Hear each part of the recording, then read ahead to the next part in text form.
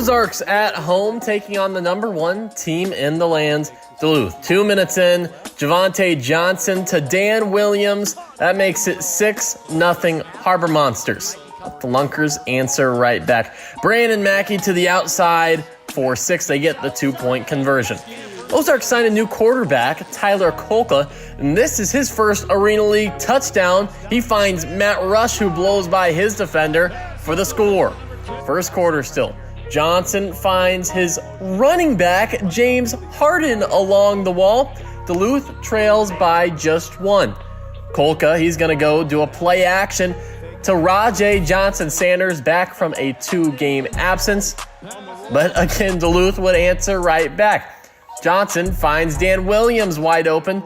The threat finished with 6 catches for 3 scores. 2 minutes to go in the first half. Ladarian McAllister gets a block and goes for 6. And after, for the celebration, he's going to reel in the fish. 25-20 Duluth leads. Kolka finds Rajay Johnson-Sanders with 5 seconds left in the first half. Now 2 seconds to work with, 1 play, and Duluth uses it for an unbelievable catch by Jamal Couch over the defenders to end the half up 31-26. We went back and forth the whole first half. That wouldn't be how the second half started. It was Brandon Mackey punching it in. He finished with 142 rushing yards and 4 touchdowns. Tyler Kolka finds Matt Rush again, makes it 44-31 Lunkers. Top of the fourth quarter. Guess who to guess who?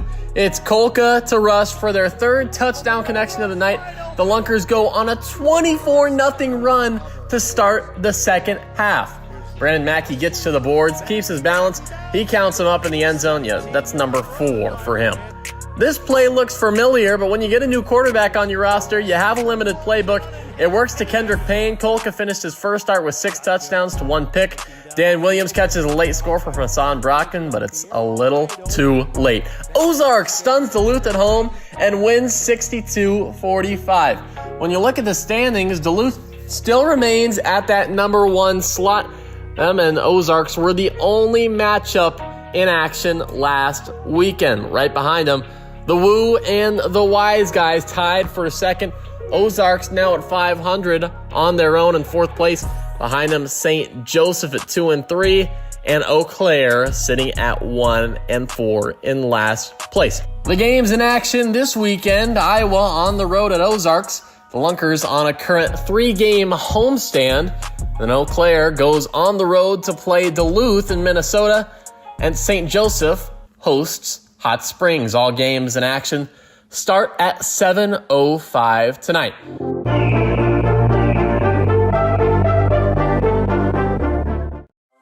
Welcome to the Arena League.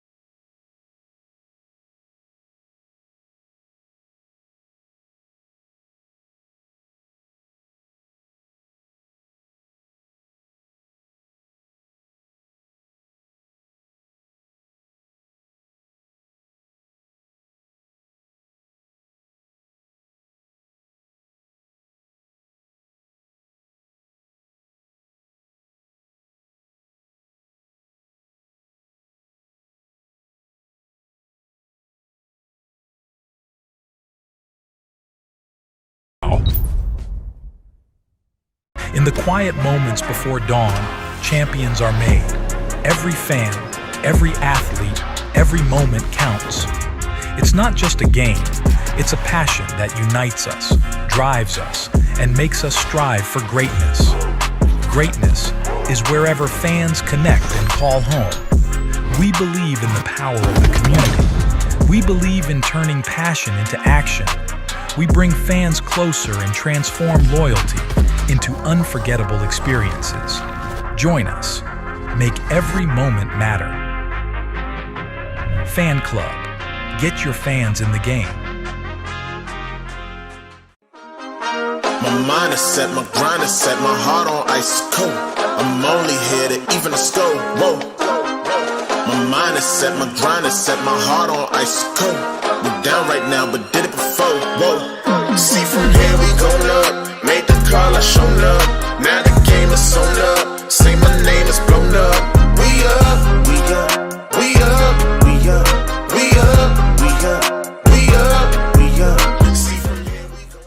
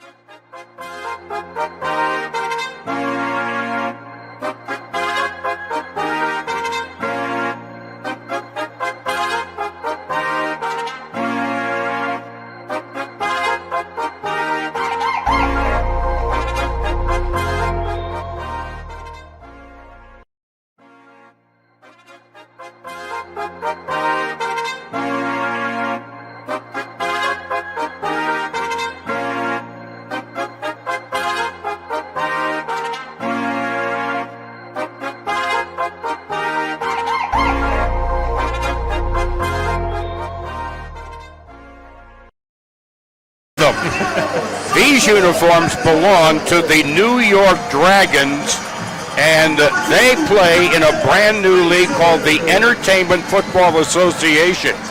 They're playing at the Nassau Coliseum. They're idle today. Nassau Coliseum, the longtime home of the New York Islanders of the National Hockey League. So you'll see the name Dragons across their chest. They've also had to change a lot of the uniform numbers from the last time we played. But one thing they do have different is quarterback Jarius Grissom out of Detroit.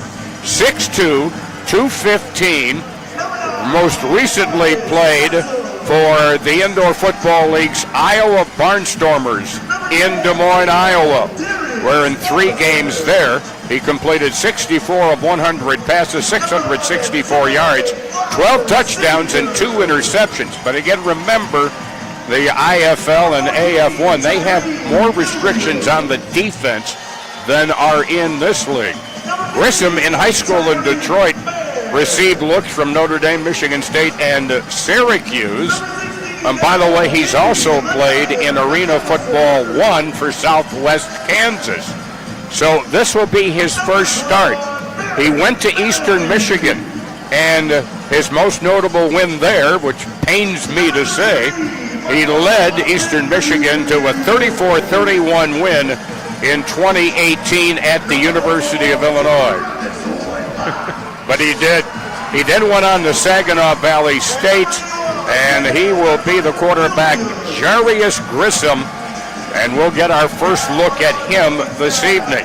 But they also have the 29-year-old veteran, Boom Williams, former Kentucky Wildcat from the Southeastern Conference, was with the Cincinnati Bengals, played for Toronto of the CFL, and played for the Jacksonville Sharks of the Indoor Football League. Another one of their stars, Devon Ford, played at Framingham State, where he was a 1,000-yard rusher 3 times. And the great story about Patrick McSweeney, who played at the Citadel in Coastal Carolina. His dad, a longtime New York Jets season ticket holder, member of the fire department of New York City, died in the calamity of 9/11/2001. So those are some of the storylines we'll be talking about this evening, and also to see, Jenner, offensively, what gets reshaped in the attack for Duluth tonight. Yeah, last week we saw Duluth get outscored 42-16 in the second half. It was kind of a stalemate. The third quarter was an absolute disaster for the Harbor Monsters, but you mentioned that we got guys back like it just in holding it down, and Travis Whitlock. Our national anthem from the deck.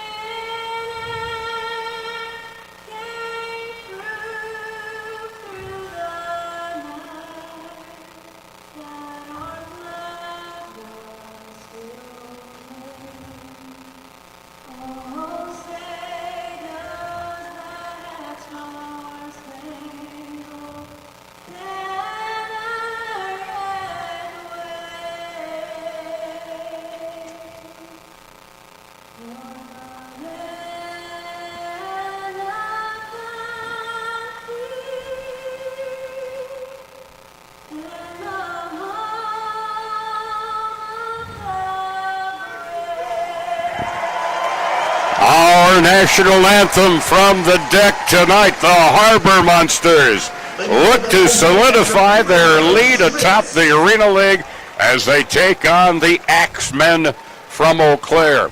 Looking back, Jenner, in the notes from that game, again, it was a 7-point game to finish, but at one point, with 10 minutes to go in the third quarter, Harbor Monsters led 2-1, 32-16.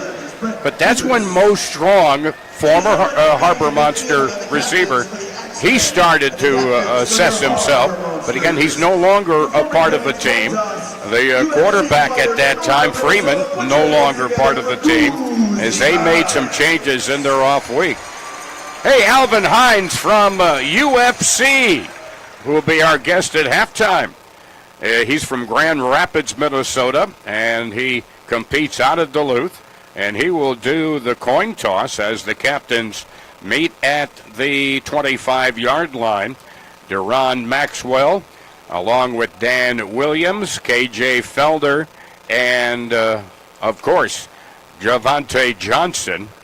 Among their captains include Stanley Boom Williams, Jacob Davies, along with Joe King, and also looks like Joel Shaw, one of their running backs.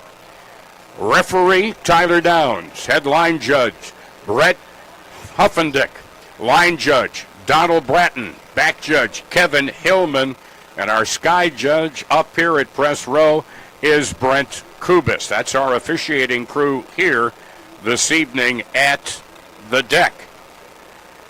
And Eau Claire, you are the visitors. You're going to choose heads or tails? Tails. Eau Claire chooses tails. Alvin is going to toss the coin and let it hit the ground. Thank you, sir. It is heads. Duluth, you've won the toss. What you have to choose to throw off or receive. No. Yeah. They're going to throw. Duluth has won the toss and elected to throw. Which end you wanted to receive? You want to from down here? Okay, let's flip around down here. Flip this way. All right. Eau Claire will receive in this end zone. Good luck tonight, gentlemen. All right, here we go. Harbor Monsters will put their defense on the field first. And I think that's a bit of a message after last week. Yeah, absolutely. We've seen it in the past. They like to defer if they have the option to, and I think that's a great message for this defense. You got to get back out there. We have some new guys on the lineup here, some fresh bodies. Hopefully you can have a better turnout than you did last week down in Ozark. Of course, you've got Deron Maxwell has 33 and a half tackles this year, 1 interception. Dante Mason has a total of 30 tackles and 2 sacks. Those are 2 of your big keys defensively, but Darius Morrison will play defensively. He's got 5 sacks so far this season, along with Tyree Williams has 10 and a half tackles so far this year. So I guarantee you that defense is going to try to send a message to Eau Claire right off the bat here, as they will throw from left to right. Back to receive is Devon Ford. Has 29 returns. That leads the league for 475 yards. That also leads the league. The throw coming from Deron Sosa Maxwell. And he'll throw from left to right. Double check that. No, it is. It's Couch. Jamal Couch. I thought it was 0. It's a 6, obviously. Here we go. The throw. Taken up at the 9-yard line. Trying to cut to the middle of the field is Ford, and he gets very little after making it up to the 10-yard line. Looks like they mark him down officially at the 12.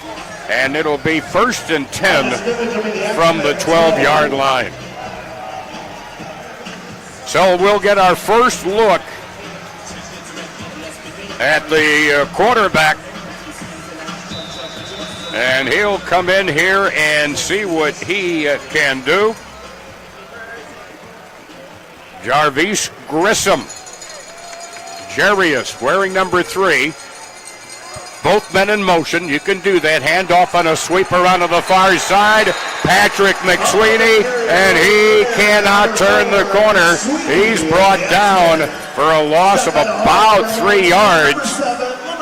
Tackled on the play by Lavelle Spruce. Came into the game. 6.5 tackles, but 5 sacks for Lavelle on the year. Yeah, Lavelle shed that block right there. Met Sweeney in the backfield, and he did not go anywhere but backwards. Loss of 3, 2nd and 13 from the 9-yard line. Quick pass, a little short route, and up to about the 13-yard line. It is caught by Patrick McSweeney, and he picks up yardage up to the 14-yard line. He gets 5. It'll be 3rd and 8, big early 3rd down situation here. Early on, I know it's only 2 plays in, but the defense is looking a lot different than it does last week, playing with a lot more energy. Wide out left and right with 1 in motion, slot near side, as getting forced out of the pocket and overthrowing his intended receiver, Stanley Boom Williams, down the near boards. It is incomplete on the pass by Grissom, and it brings up a 4th and 8, and we will see whether Eau Claire decides to go for it on 4th down. Eau Claire has elected to surrender. It'll be 1st down and 10. Duluth at their 15-yard line. All right. I think the message was sent by the defense. It'll go back to the Harbor Monster 15-yard line, and the Harbor Monsters will have it offensively for the first time. Devontae Johnson, the quarterback. Kevin Felder's there in the offense as well. Jamal Couch, Dan Williams, the center, and so important Travis Whitlock. He gets over the football. Couch wide to the near side. Williams will be in motion wide out far side. Also, KJ Felter gets the snap and is hit at the 15. Penalty marker thrown. He breaks tackles to about the 24-yard line. But let's sort out. Running lane violation. Duluth, 5-yard penalty. And reason why is 10-yard penalty. The direct snap right there out of Felder. He should have. I mean, it was a perfect timing, but just too good of timing right there for KJ. He came across and took the snap right out of Javante's hands, even though Javante tried to send it to our head official there in Tyler Downs, but he was all over it. So it's all the way back to the 5-yard line. Correction. The foul is half the distance to the goal line. Okay. First down. Half the distance. And it'll be now first down. And what we got? 20 to go. Snap back to Javante near the goal line, throws and missed a wide open receiver on the far boards. Dan Williams was wide open at the 23-yard line, but the throw was wide. Wow. Yeah, pressure coming. It looked like it was number 19 coming off unblocked. A.J. Brown Jr. there for the Eau Claire Axemen, but Javante's going to be kicking himself for that one because he just had to he tried forcing that one in quickly. He had Dan all by himself right there. Just had to get him the ball. Well, he will not go 16 for 16 in this game against Eau Claire. He gets the snap. Throws it high, throws it deep, and way overthrowing Couch. Derek Luton covering, but really it was not near anybody. I'm not sure whether it was a bit of a mix-up on exactly the route to run in the signals. Because remember, there are no huddles. Yeah, there's no huddle. I think Lutton got it jammed up Couch right there on the sidelines against the boards, and there was no receiver downfield for him to run that route that he was expecting. So now a 3rd and long. 3rd down and about the distance to the tall ships that are in town for the first down. John running, and he's out past the line of scrimmage and runs out to the 22-yard line where he picks up a total of, let's see, from the 5 out to the 17. He picks up 12, and it'll be 4th down and about 5 yards to go from the 20-yard line. And, well, if the defense sent a message, the offense wants to as well. After review, the previous play was a foul for a running lane violation. Oh, boy. Half the distance to the goal. Replay 3rd down.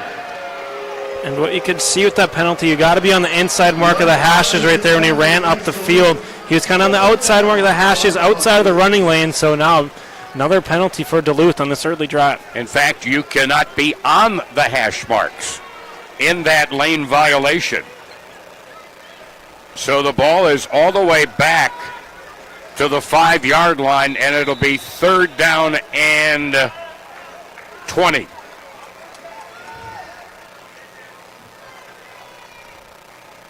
Now in the backfield, Darius Morrison. He lines up as a wingback. Man in motion far side from the end zone. Javante's got time, throws, Couch makes the catch for a first down at the 20-yard line of Eau Claire. A huge 3rd down conversion as Couch takes it down to their 19-yard line. But how about the time that Javante had to throw? Travis Whitlock holding it down on the line of scrimmage. Stephen Thomas had nowhere to go, and he was just at a stalemate right there, and a beautiful ball by Javante, and an even better catch by Jamal. 25 yards on the reception to the 19 of Eau Claire, and a fresh set of downs. A Big Apple Bagels first down, a big one for the Harbor Monsters. So now Morrison will be off to the right hip of Johnson in the shotgun.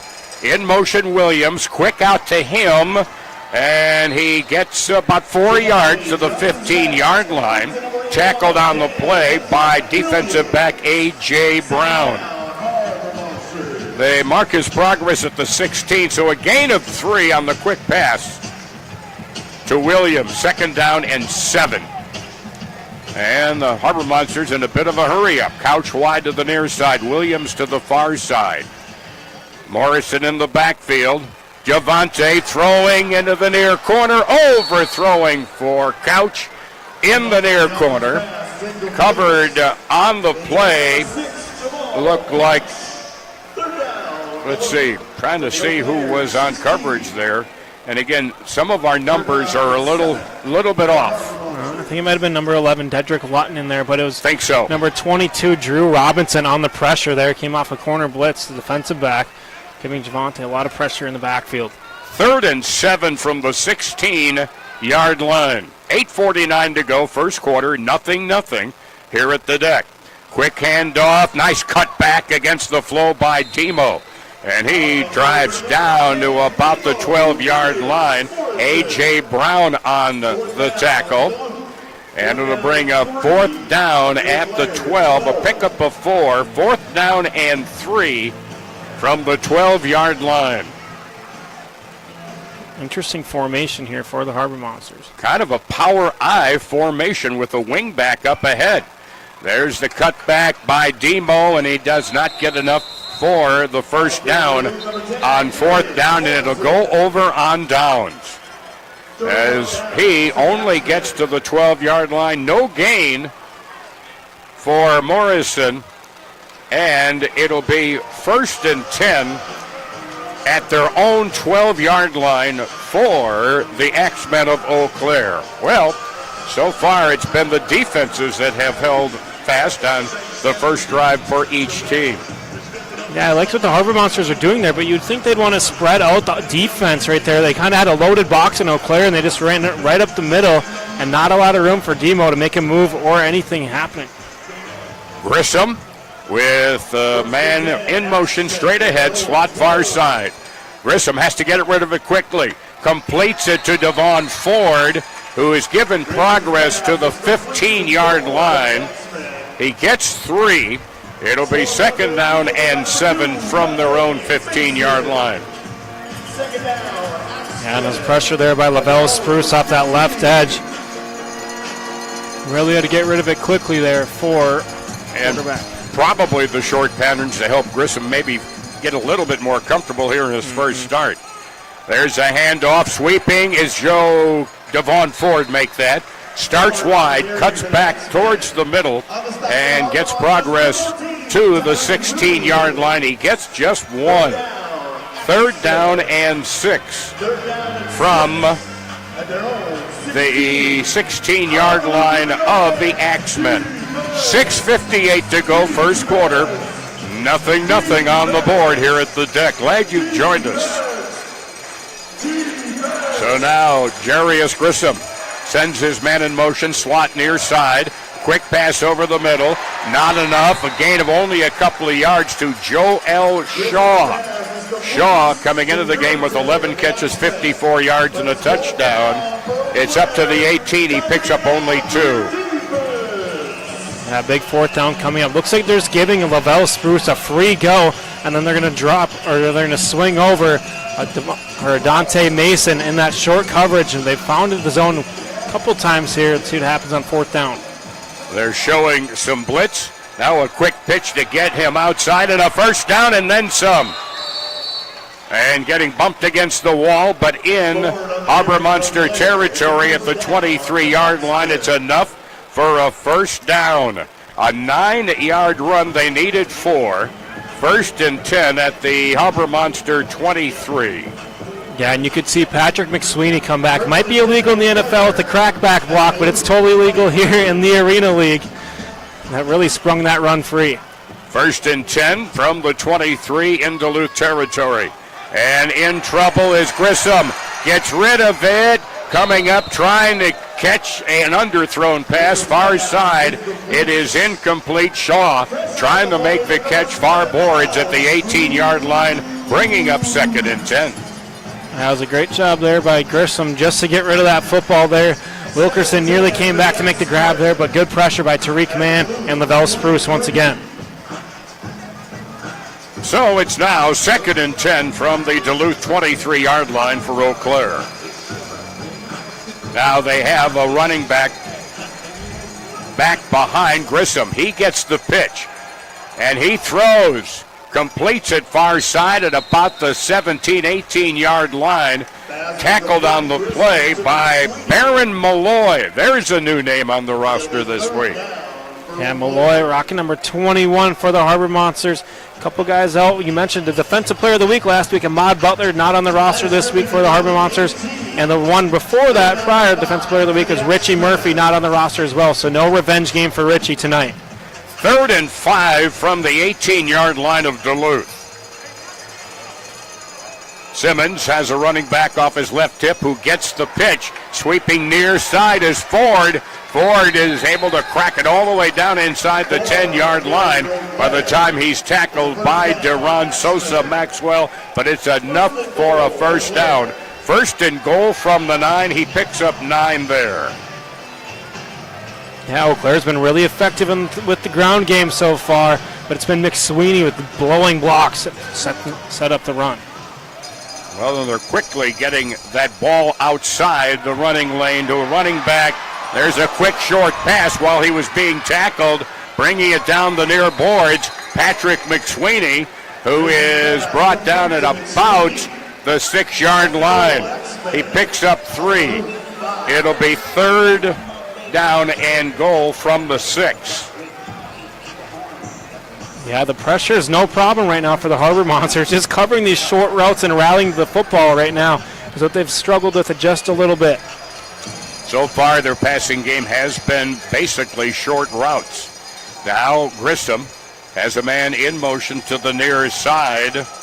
That's Deshaun Williams, but the handoff goes. Cutting up in the middle is Joel Shaw, who is stopped at about the 4-yard line. On the tackle, Dante Mason. They mark the ball at the 4. 4th and goal from the 4-yard line. 4th down. Correction, 3rd. Yep, there we go. As Grissom's in trouble, he shovels a pass up ahead to McSweeney. McSweeney wants to lateral it. He does, but he laterals it backwards, losing some yards on the play as he laterals to Marcello Holguin. Yeah, I don't think the center's the guy you want to lateral it to. They lost a couple of yards on the lateral, but they went backwards from the start on that play. But it was just a pressure in the backfield again. That time, meeting him in the backfield was Marcus Sessoms getting on the defensive side of the ball, and then Lavelle Spruce once again. A loss of 6. 4th and goal from the 10-yard line. 0-0. Under 2 minutes now for the opening quarter. Quick pitch far side to Ford. Ford brought down outside the 5-yard line by Maxwell. Also in there on the tackle was Michael Austin Fields. And it'll go over on downs. Harbor Monsters will get it in their own territory at their own 6-yard line, 1st and 10. So the defense is tough again, bending but not breaking down inside their 10-yard line. Yeah, and it's been a defensive battle right now between these two teams. But the Harbor Monsters, they forced a surrender on the opening drive and then a turnover on downs there. Great start for the defense, making a statement. Flowers is in the backfield, in motion, slot near side. Javante, quick pass, short route, far side, caught at about the 8 and brought out by McAllister to the 12-yard line. He picks up 6 on the catch, bringing up a 2nd down and 4. The back attack is there. Yeah, Eau Claire brought the house right there. Javante did a great job of getting rid of it quickly and plus yardage here on 1st down. A nice pickup of about 7 yards. So wide out near side, man in motion. That is Williams as Javante throws it up ahead. Catch made by McAllister. He's all the way down inside the 10, down to about the 5-yard line of the Axemen. Tackled by defensive back Joe King. And there's a great move there by McAllister. It's going to be brought back for a hold. They got Dan Williams, Shaq Currington. He was trying to make the tackle, and Williams threw him straight to the ground. He had a handful of cloth. You can see right here on the replays. He goes straight down But a great catch and run there by McAllister. Number 81. Oh, that's a 10-yard penalty from that the spot of the foul. stings because Second down. that one had put the Harbor Monsters, it looked like, in prime red zone position at the other end.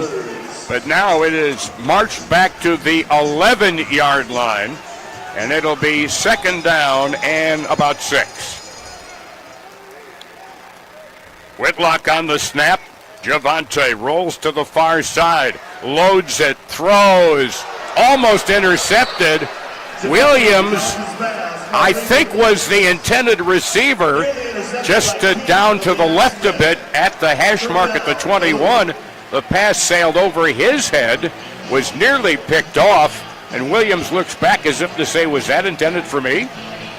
Yeah, if Williams was maybe 10 feet taller, he would have came down with that one, but Joe King's going to be kicking himself for that one. He should have had an interception right there. Looks like that one slipped out of the hand of Johnson. Now they snap back to Javante. Loads it, throws it deep for KJ. A jump ball. KJ's got it in the end zone. Touchdown! Touchdown, Harbor Monsters! Touchdown, Kevin Felder! And the Harbor Monsters are on the board.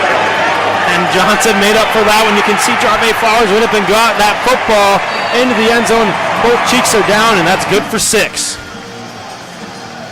And it comes with no time left on the clock for the opening quarter, but they will get a chance to try for the single point after from the Eau Claire 5-yard line.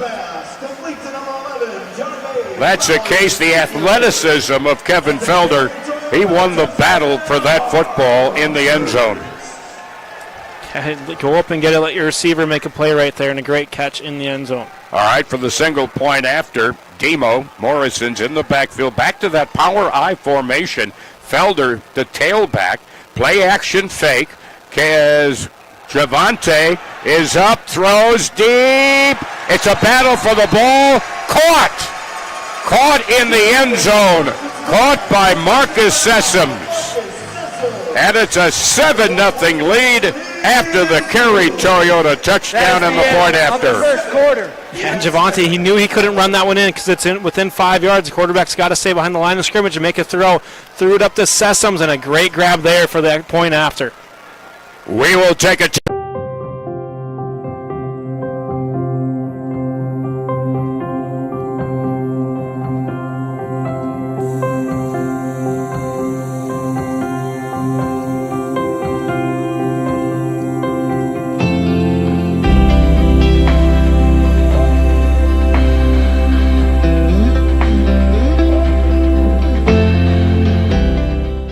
There's plenty of room for your whole crew at Boulder Tap House. We've got big screens everywhere, so you won't miss a minute of the game. You're gonna love our beastly Bloody Marys, massive cheese curds, and bodacious burgers, like the incredible Boulder Tap Epic Burger. Top it all off with our wonderfully crisp, icy cold craft beer. Go ahead and duck out of work a little early and relax on our patio while you and your besties enjoy your choice of weekday lunch specials. Exclusively available at Boulder Tap House. Welcome to Legacy Cannabis, your local experts for all your cannabis needs. Legacy has the largest selection of edibles, beverages, seeds, local pipes. Also learn to grow classes to start your own cannabis plants. Legacy Cannabis. Jimmy John's toasted sandwiches take the fresh baked bread you love and turn up the heat to toasted perfection. Crispy and golden on the outside, melty and gooey on the inside. Order a toasted sandwich at Jimmy John's today.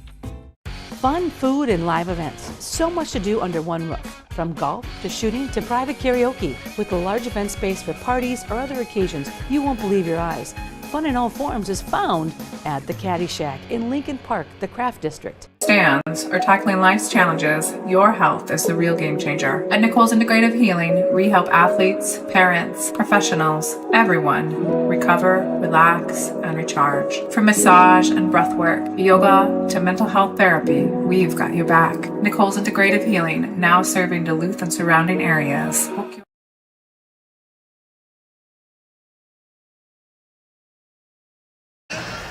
And the Harbor Monsters grab the lead on the last play of the opening quarter as they go 44 yards in 4 plays, and most of that came on a 39-yard reception by Kevin Felder, and then Sessoms fought and got that single point after in some traffic in the end zone, but the big play comes through for the Harbor Monsters. Yeah, absolutely. I mean, there was a big play by McAllister that got back by a holding penalty, but they needed it on a 3rd down and long. They went deep, and they found their man after a big-time dropped interception by Joe King when he was all by himself the play before. The Harbor Monsters strike first with a 7-0 lead as the first quarter expired. So now 7-0 Harbor Monsters, and the throw-off by Jamal Couch. And he'll be throwing it from our right to left. And he lets it fly. Caught at the 5, to the 10, to the 15, to the near side. Ford corralled at about the 13 and brought down there by Jamal Couch, along with Darius Morrison and Baron Malloy. Yeah, one thing Devon Ford had to be careful with. It looked like he was almost going to go to lateral that football at the last second, but decided to keep it tight. Very fortunate there. He kept that football between his 2 hands. That's some of the things, some of the offense you will see in arena football you don't see in conventional football. Laterals, simple plays like that. And now here is the snap back to Grissom. Grissom under pressure, dumps off a quick one to the 20-yard line to Deshaun Williams, tackled by Dante Mason for a pickup of 4. That's those quick routes over the middle right there. They're bringing pressure, but you just got to drop somebody off in the middle of the field because right now Grissom's just dumping it over the middle and finding his receivers downfield. Marcelo Holguin over the football for the Axemen. Running back to the right side, who gets that pass and is hit immediately. Tackled. Coming up on the tackle, Tyree Williams, who brought down Boom Williams, and Boom went boom right after he caught the football. Yeah, the Williams rocking the blue and yellow won that battle right there for the Harbor Monsters. A big loss on 2nd down, backs them up for a 3rd down, and about medium now for the Axemen. So now it's 3rd down and 7. Early in the second quarter, 7-0 Duluth. In circular motion around the near side is Williams, and the pass goes through his arms on the near boards just across midfield into Duluth territory, covered on the play by Baron Malloy. And you know, it's nice when you hear a newcomer's name mentioned a lot early, and as Baron's name has been made, Baron Mallory so far in this game. Yeah, he's certainly had his presence felt so far in this game. But a big 4th down. Axemen not electing to surrender the football. Could be a good opportunity here for the Harbor Monsters to give their offense a good field position. They've already surrendered it once. And a play action fake by the quarterback. Throws, completes it, wide open. The catch at midfield by Vincent Wilkerson. And he takes it to Harbor Monster territory. And we've got an injured Harbor Monster. Tyree Williams is slow, and we have an injury timeout that's brought to you by Orthopedic Associates. And it will be a 1st down on the completion. And they will spot the ball at the Harbor Monster 16. A 16-yard gain. I tell you what, parking has been at a premium, and there's so much going on down at the lakefront here in Duluth. The big ships are here. Yes, that's always a great attraction. You've got a big dog show event going on here, and maybe the best is last, some professional diving. They're diving from the top of that. It's insane, and you cannot forget about the world's biggest rubber duck is here in Duluth. Oh, that's right. I got that thing down in Canal Park just outside of the deck here, so maybe you can swing in at halftime. Check that out if you're at the deck, or come on down. Only if Rick Dees were here to sing Rubber Ducky for him in person. That's a big hit that Rick had when he was a disc jockey in Memphis many years ago. But that's what's been happening down here. Big event last week as well. Things are happening down here in downtown Duluth. Not just the Harbor Monsters, but certainly a big thing in bringing a lot of people down to the Canal Port area. And they continue to work on Tyree Williams. Now, folks, don't forget, you want to be a fan, not just a fan, but the fan. Go to Fan Club, FANCLB. You've got the app. I've got the app. Yeah, absolutely. They track how many times you're active on the app. They show a leaderboard, too. You have a chance to win some prizes. I don't know if we have a giveaway going on this week, but last time the Harbor Monsters were at home, we had a Fan Club giveaway, and the winner was announced at halftime. And also what you can do with that, you can get the latest stats. I mean, the stats from last week, as really unpleasant as they were on Fan Club very quickly after the game last Saturday in Springfield. They also have a full schedule. They also have on there not only the latest team stats, but individual stats. And being helped off the field, and I do mean being helped. He's being carried by two teammates as Tyree Williams came up after that tackle. And they help him to the Harbor Monster bench. You see on our video, folks, for you watching on My9 TV and the Twin Ports, and also, of course, on UTB across the Arena League.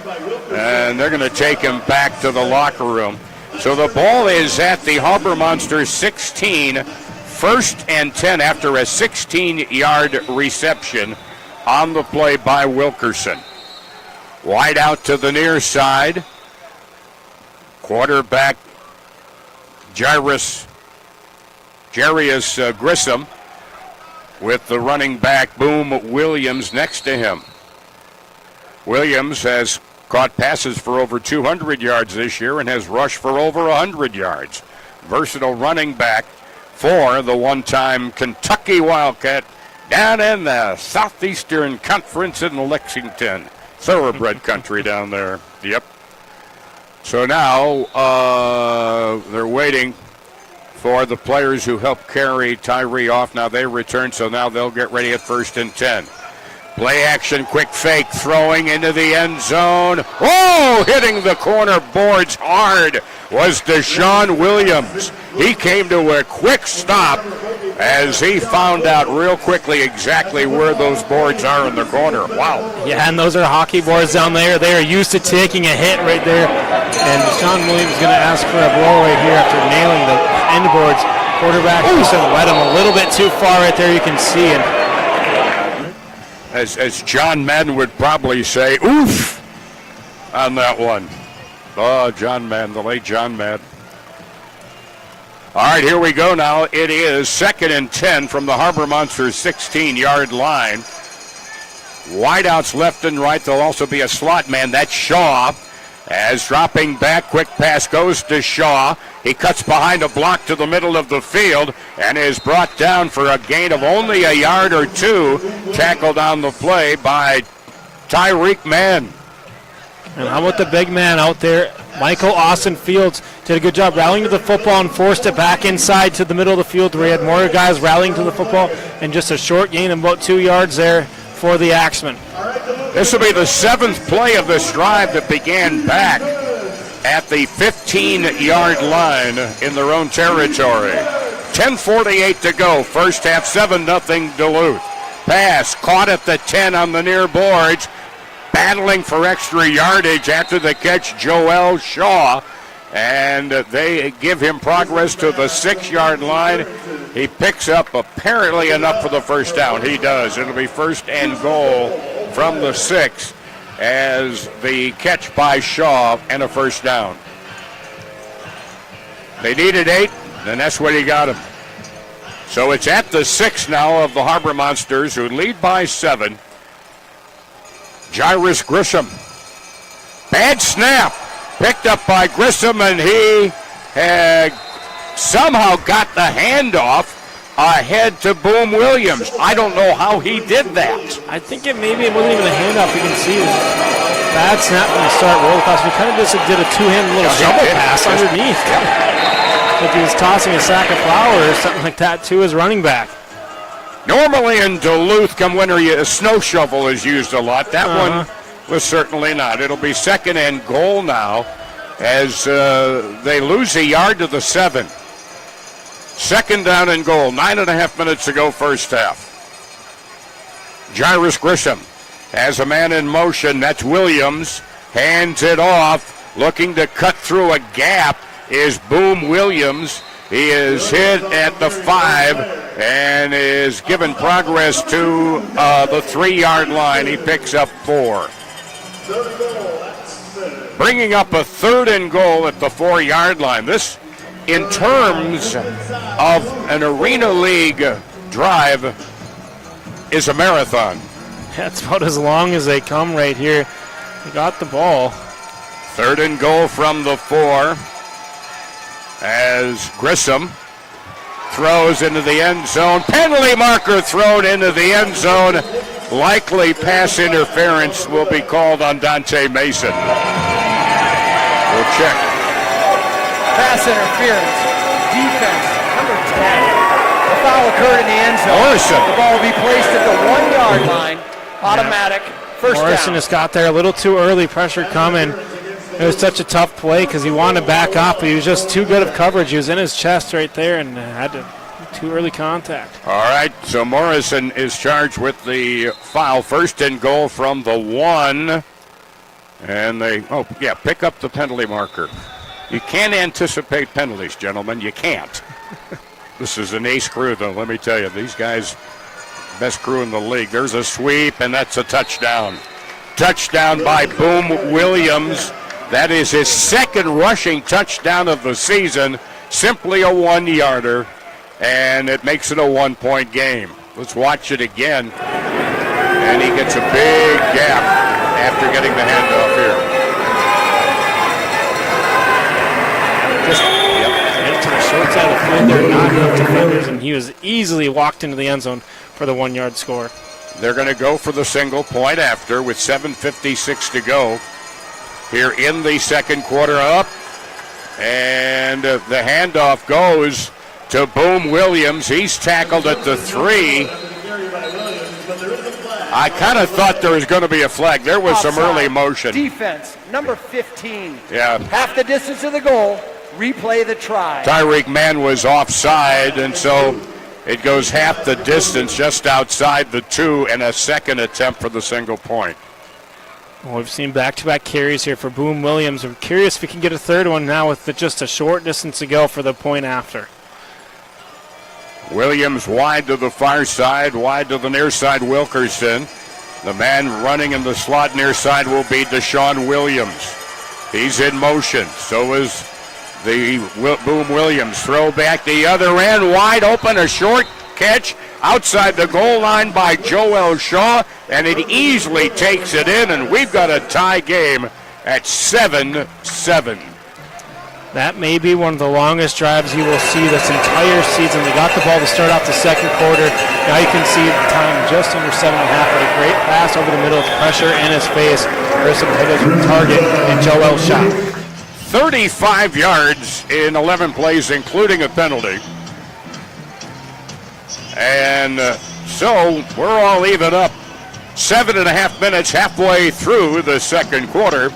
And it's a 7-7 ball game here at the deck this evening. And now the Harbor Monsters will see what they can do. Yeah, they basically ate half the quarter. Yeah. There's just a bend, but not enough break for the Harbor Monsters. Too much bend, too much break, not enough bend for the Harbor Monsters defense there. Timely penalty on the goal line as well. Really aided that drive for Eau Claire. Looking at a lot of the gains, a 4-yard gain, a 2, an 8, a 4, but also a 16-yard gain. That was a big one on 4th down and 7 from the 18-yard line. So now the throw by Vincent Wilkerson. Maxwell is waiting inside his 5. Down to our right, throw angles to the far side. Bounces over the wall, and so that will come out at the 5-yard line. It's basically a touchback. We have a touchback. The ball will be placed at the 5-yard line. First down, Duluth. Yeah, you had it there, Tom. The ball bouncing into the end zone out of bounds. Very close, a yard earlier if it would have gone out of bounds. And then it would have been the ball at midfield for the Harbor Monsters because it had been a throwing violation, but an absolute dime of a throw-off right there. Or if it just sails straight out of bounds is also a midfield spot. 1st and 10 from their own 5-yard line. Javante just inside the goal line, gets the snap. Quick fake of a handoff. Throws complete far side to KJ Felder, who picks up about 3 yards to about the 8-yard line. Yeah, good tackle there by Jacob Davies. Very elusive ball carrier in KJ Felder. I think the biggest thing for him is the yards after catch for Felder, and that time he was really bottled up. 6.5 minutes to go, 2nd down and 7. No, Monsters at their 8, down below to our right. Just outside the goal line now is Javante Johnson. He gets the snap, drops just in across the goal line, now runs straight ahead. He's got room, and he's past the line of scrimmage, and he has an apparent first down at the 15-yard line. He picks up 8 as they spotted at the 15. Officially 7. 1st and 10. It is enough for a first down, Duluth. As he gets 7 on the run. Javante does not run a lot. No, he does not. But he certainly had a lot of room to do it there. 1st and 10 now at their own 15-yard line. Circular motion. Williams around to the near side. Javante steps up in the pocket, and he runs, gets past the goal line, and he picks up 5 there. And he's going to say, I'm going to take what you give me. Yeah, and take what the defense gives you. I like the play there by Johnson, though. He had Couch and Williams going downfield one-on-one. They're both covered tightly. Take what the defense gives you. Take the free 5 yards and take this nice little business decision and take the slide. 2nd down and 6 from the 19-yard line. Harbor Monsters in their own territory, just over 5 minutes remaining. We're tied 7-7. There's a sweep on the handoff on the near side. Jarve Flowers as he brings it up and is brought down at about the 23-yard line. A.J. Brown among those on the tackle. Joe King was there as well for Eau Claire. They pick up 3, and it'll be now 3rd down and about 3 from the 19-yard line. Man in motion, goes slot far side. Quick pass over the middle, tackled at midfield after making the catch. McAllister, tackled by Jacob Davies, who is tied for 6th in the league this year with 31 tackles. It's enough for the first down. Mac attack. Yeah, and kind of giving Eau Claire a taste of their own medicine right there. They sneak out McAllister, short little dump pass over the middle, and enough for the first down. So he gets the first down on the 3-yard reception. And a fresh set of downs. In motion, KJ near side. Pass, Williams breaks a tackle at the 20. Down to the 10, to the middle of the field, where he's hit and brought down on the play by Derek Luton. But it'll be 1st and goal, I believe, from the 10-yard line. Yeah, the bullet pass out to Williams. You could see he broke the first tackle in Shaq Currington, and he hustled across the middle of the field and picked up the extra yardage. You can see the NFL talent on display there by Williams. A 15-yard reception to the 10, 1st and goal. Only man in the backfield is Johnson. Quick pass incomplete. Well, it was behind KJ, and it was also a little ahead of Dan Williams. They were both on the near side. KJ in the slot. Williams was the wideout. 2nd and goal. Yeah, I'm not sure who that was intended for. It looked like Williams tried coming back for the football. Felder never even got his head around for it until it hit the turf. From the 10-yard line of the Axemen of Eau Claire. Circular motion, wide out far side is Couch. Comes to the near side. Javante looking, throws, tipped into the air and out of bounds. Oh, he had Felder. He was back behind Shaq Currington, but the pass was tipped out of bounds, and it'll bring up 3rd and goal. You mentioned him earlier on this drive. He's got 2 tackles as well. Jacob Davies with a huge pass breakup right there, knocking the ball out of bounds. Felder had at least 2 steps on Currington. Well, no doubt about it, you're in 4-down territory. Pretty much any time you're on the positive side of the midfield. 3rd and goal from the 10. Couch in motion. There's the throw. Couch catches it. Touchdown, Harbor Monsters. Jamal Couch, crossing pattern from near side to far side. Had a couple of steps on his defender, and he makes the catch for the touchdown. Jamal Couch with his 8th touchdown receiving of the year. And back in front are the Harbor Monsters. Yeah, it was just a great route concept there. Drew up by the coaching staff for the Harbor Monsters. Jamal Couch is in the end zone all by himself. All Javante Johnson had to do is be on time and on target, and he was. Now the snap to Javante, pass near side, trying to break the tackle, Marcus Sessoms, but he could not get past Shaq Currington. And so the try for point is no good, but with exactly 2 minutes to go, our 2-minute warning is here as the Monsters lead 13-7. We will take a timeout here at the 2-minute warning.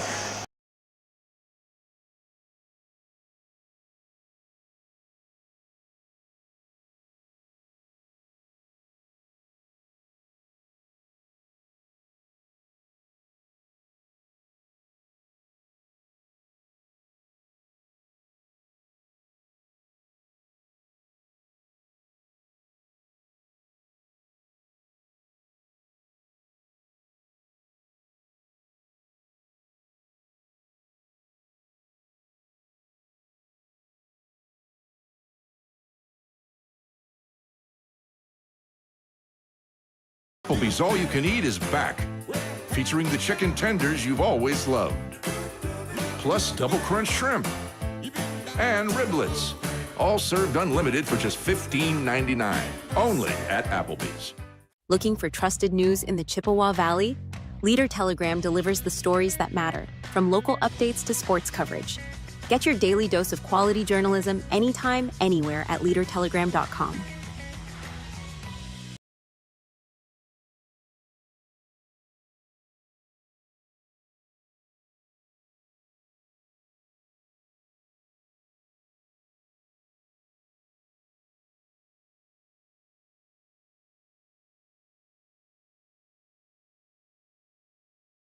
From signs and brochures to vehicle decals and everything in between, we bring your vision to life with fast turnarounds, expert service, and seriously, cool results. Call us today at 218-727-2817 or visit our website at sheldonduluth.com. Welcome to Club One Under, the Twin Ports' premier destination for a fresh take on your neighborhood sports bar fused with...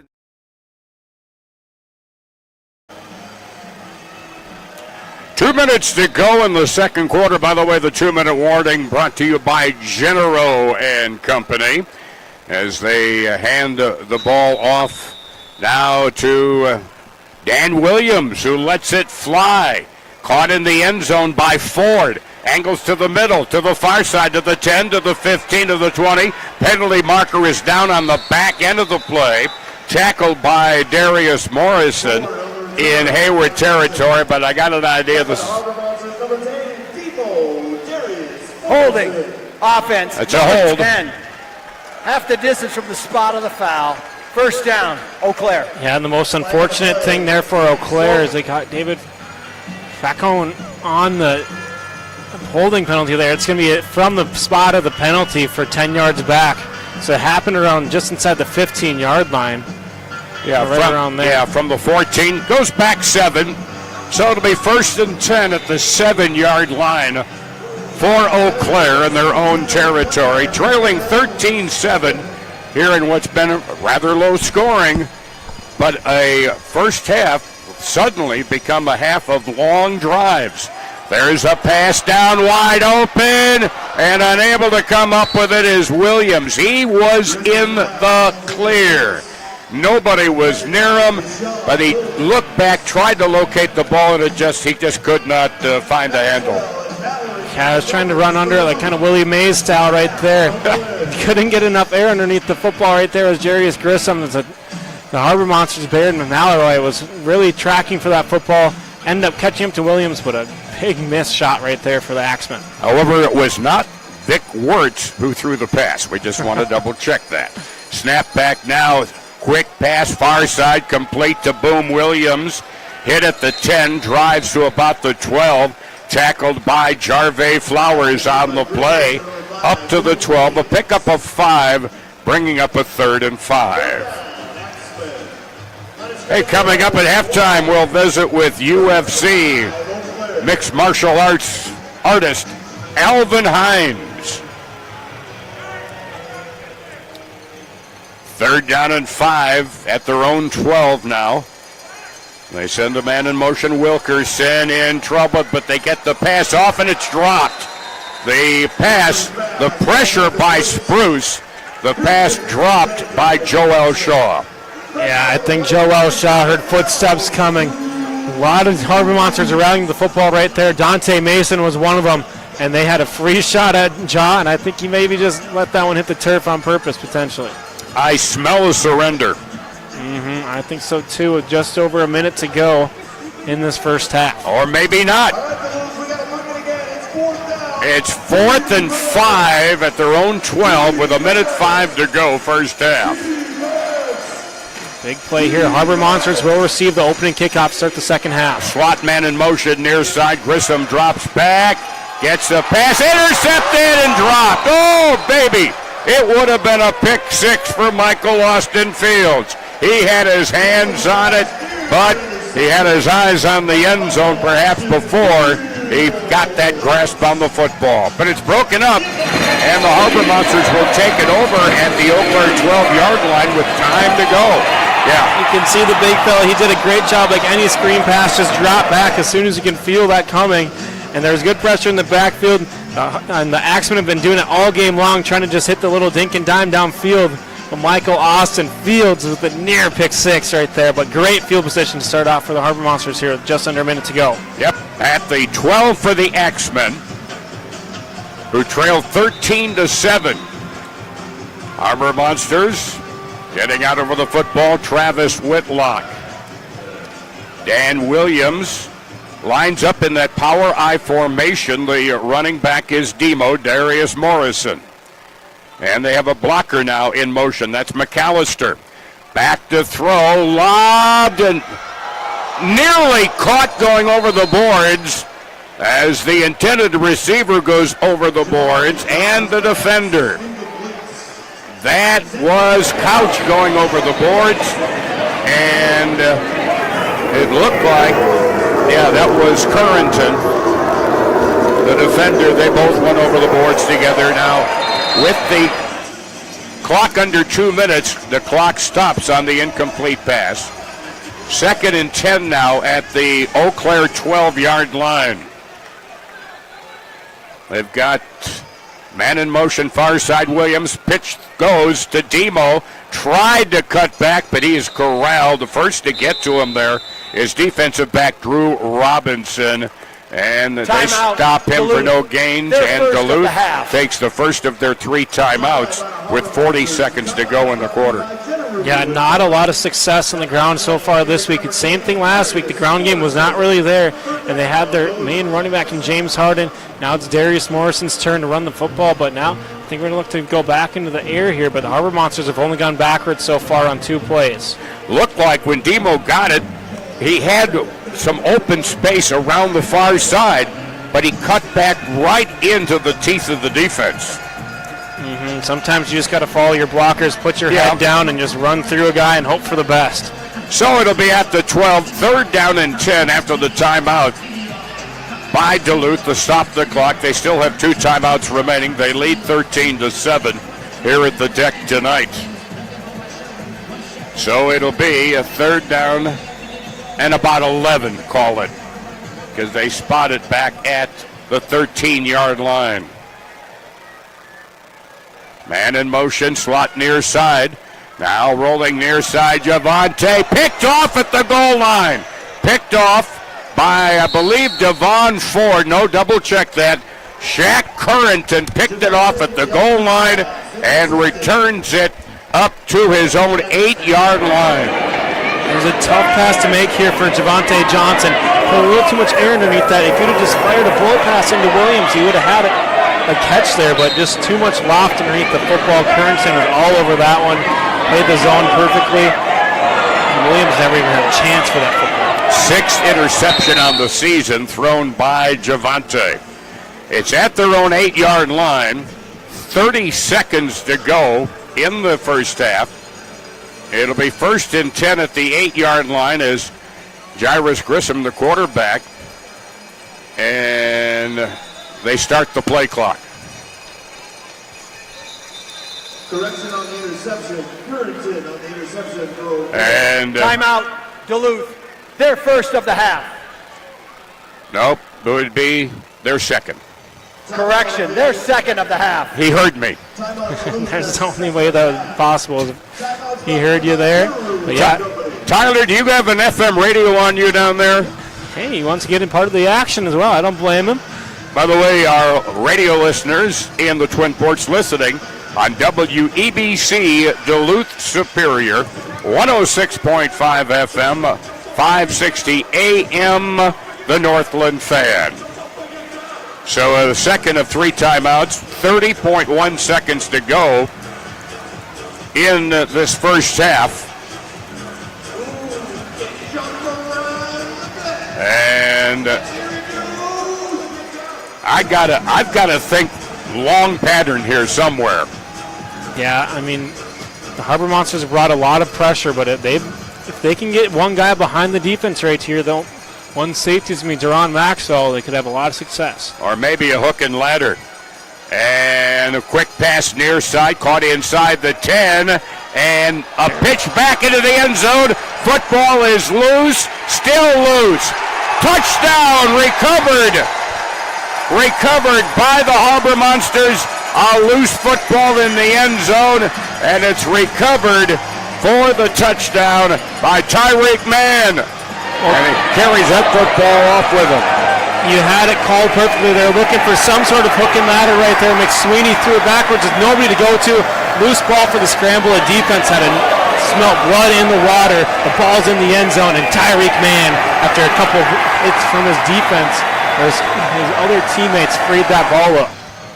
Well, that certainly blew up in Eau Claire's face on that particular series. And the Harbor Monsters now will look for the point after touchdown here. They're going to go for one as they lead now 19-7 they will run the clock here. They'll get the clock running during the point after touchdown. And they start the play clock. And they're at the 5 for the single point after try after the fumble recovery in the end zone by the Harbor Monsters. A Kerry Toyota touchdown. Snap back to Javante. Has time, throws, caught. Wide open in the back of the end zone was Jamal Couch. And it is now a 20-7 lead with 13.7 seconds to go here in the second quarter. Yeah, he had Jamal Couch wide open right away up the seam. Had a little bit of time to let the play develop, though. He stepped up in the pocket, drew the defense up, and hit him right in the numbers there for the 1-point try. Well, that play works. Yeah. I mean, it looked like a bad play right there for the Harbor Monsters after turning over the football when you had a 1st and goal coming up, and then they get the fumble recovery in the end zone. That ball was the proverbial hot potato. Nobody could seem to come up with it. Finally, it was a man falling on it. I mean, like he just covered the ball with his body and made the recovery to get the touchdown in a 20-7 lead. Quite a turnaround in the last few seconds of this second quarter.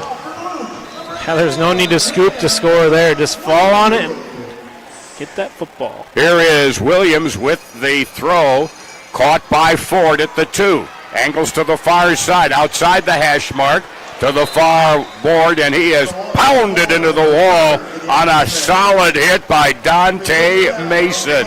Oh, baby, he felt that one, and he is slow getting up, that being Devon Ford. Yeah, Dante Mason bringing the wood on that hit right there. As Ford's going to take his seat, and he's going to probably be taking a rest until the halftime break here. Probably 7 seconds remaining. Probably wondering if there's a church in the neighborhood because he was hearing bells. Sorry. 1st and 10 now from their own 12-yard line. We've been at this yard line a lot lately. From 3rd and 5 at the 12 for Eau Claire. And the Harbor Monsters took it over on downs. A play from the 12, a play from the 12. Then the interception. And now back at the 12. Another fumbled snap as Grissom throws it deep. Battle for in the end zone. And, yeah, it's going to be pass interference. There was a lot of battling in the end zone. Deshaun Williams battling Jarvey Flowers. Jarvey Flowers known for his offense there, but sometimes it's better to take the penalty than give up 6 points right there. That's a 10-yard penalty. I'll double check that. Automatic first down. There'll be an untimed down. There is no time on the clock. The ball off the pass interference. It's 15 yards, by the way. Even though it happened in the end zone. Comes out to the 22-yard line where it's 1st and 10. They get one untimed play to the Axemen. Trailing by 13. Final play of the first half coming here. Long throw, it's up for grabs, tipped and caught, touchdown, tipped into the hands of Vincent Wilkerson. So it's not the last play of the first half. And a penalty marker thrown, Wilkerson on top of the boards was celebrating. It was tipped off the hands, by the way, of McSweeney. Yeah, McSweeney's a big target down there, but Wilkerson made the heads-up, high IQ play there. Get behind the pile. Nobody was there to defend him, and he got all of that unnecessary celebration right there up on the boards and let the home team know that he had that score. So, unsportsmanlike conduct foul, number 17 on the offense, his first of the game. That 15-yard penalty will be enforced on the point after try. All right, so it'll go from the 5 out to the 20-yard line. So it is a touchdown for Wilkerson. It is a touchdown pass, cutting the lead to 20-13 with no time on the clock.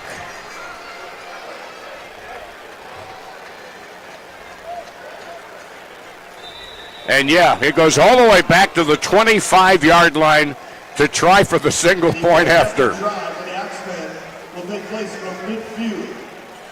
It'll be at midfield. Wilkerson circles in motion around to the near side. Sweeney back in trouble, and he is brought down. The ball comes loose, in and out of the hands. Boom Williams finally falls on it just ahead of Darius Morrison. So the point after no good. At halftime, Harbor Monsters lead by 7, 20-13. Back with halftime after this.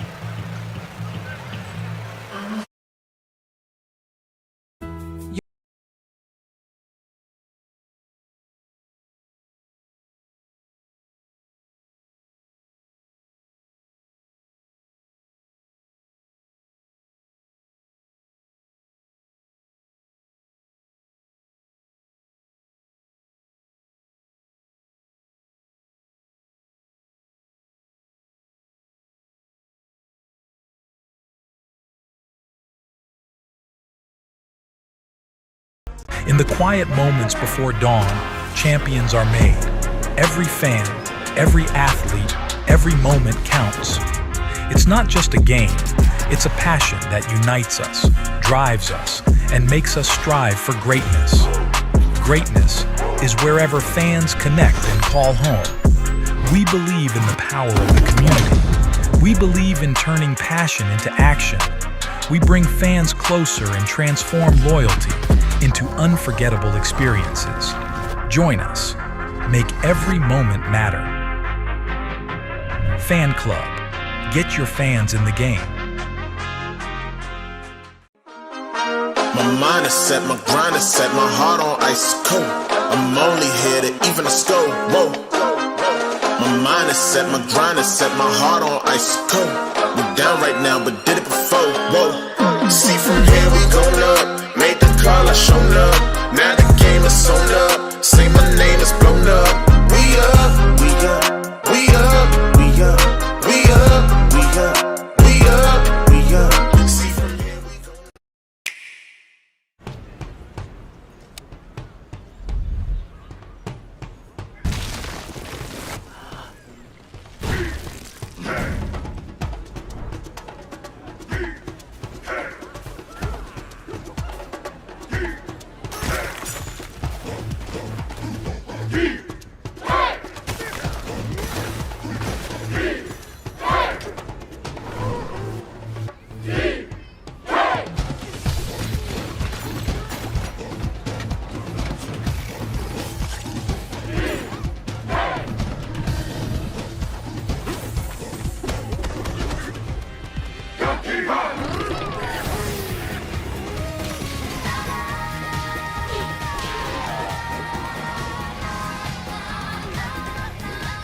Unleash your inner Kong in Donkey Kong Bonanza. Rated everyone 10 and up. Only on Nintendo Switch 2. Jump Psychological Assessment in Progress. Subject 003. Jonathan J. Kabongo. 28. Tactical Fitness Trainer. Toronto, Ontario. Confirmed. What will follow is some simple word association. For example, I might say strength, and you might say rest.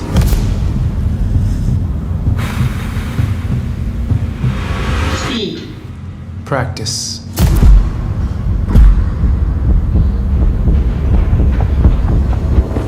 Defeat. Unbannable. Clever. Pressure. Peace. Greatness.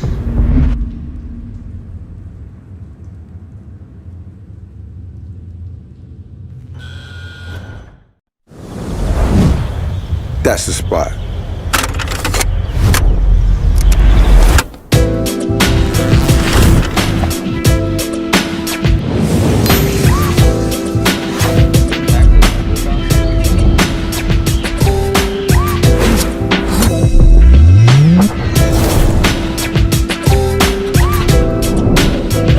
Hey, yo! A pizza for happy campers?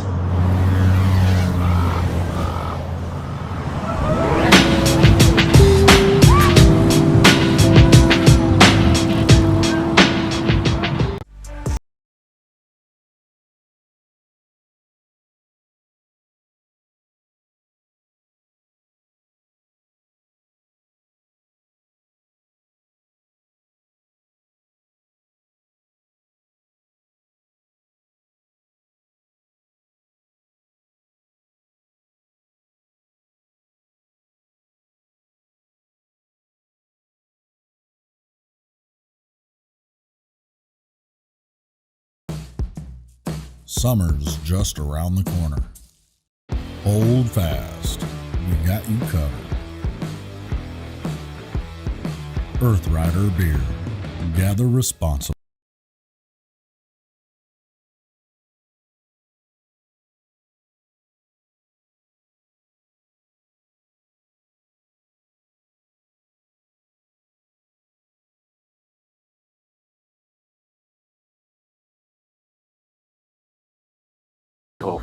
And I work at Eau Claire LASIK and I've been here for 25 years. I think there are a lot of rewarding things about having LASIK as a profession. Working with young people that have defined goals, people that are 60s and 70s, and they find benefits too.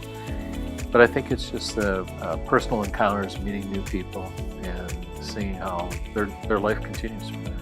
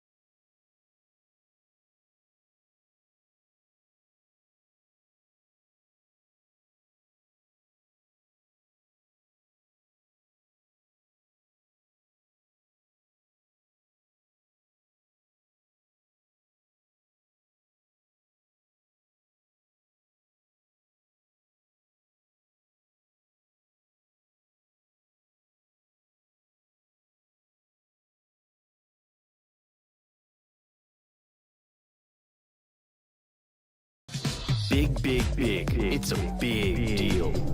You get 1 medium hot or iced coffee and 2 delicious wake-up wraps. It's the biggest deal in breakfast.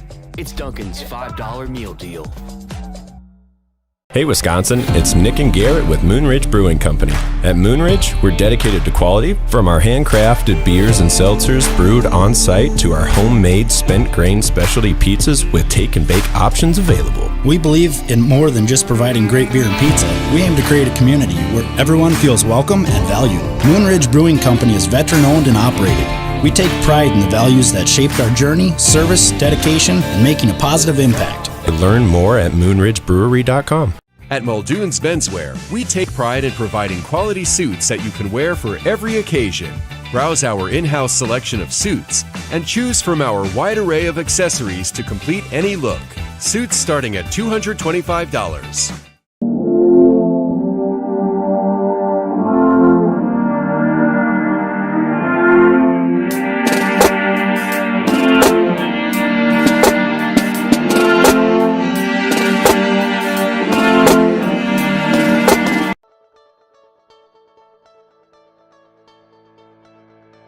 In the heart of Altoona, Wisconsin, Bonds Co-work plus Social Club has emerged as a revolutionary blend of a professional workspace and a vibrant nightlife hub. Founded with a vision of creating a unique environment where work meets leisure, Bonds offers an exclusive co-working space by day and transforms into a speakeasy-style social club by night. Since its inception, Bonds has not only provided an essential workspace for freelancers, entrepreneurs, and remote workers, but has also enriched the local social scene with its unique nightlife offerings.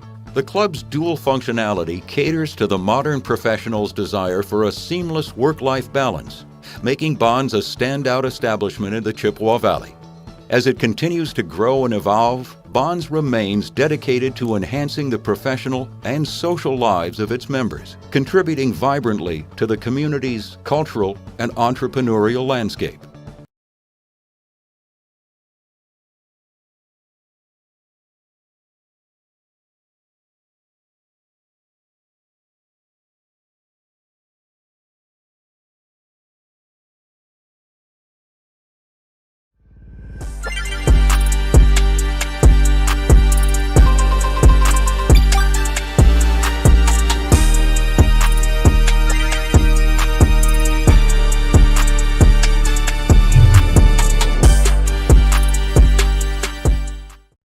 Keep it casual at 7 West Tap House with new and delicious features each and every month. Fresh, fantastic food, fast, with the absolute best rewards program around. Our rotating roster of hand-selected craft beers will keep you coming back for even more golden goodness. And nothing goes better with beer than our 7 West specialty burgers. It'll be your first time, every time, when you and your crew come back to 7 West Tap House. I am so thankful for Dr. Schnell at Orthopedic Associates. I'm just a few months post-ankle surgery. Now I am able to lightly jog and even run short distances all without pain. I never thought I would be able to do this again without consequence. I feel like I got my life back. I would recommend her to anyone dealing with foot pain.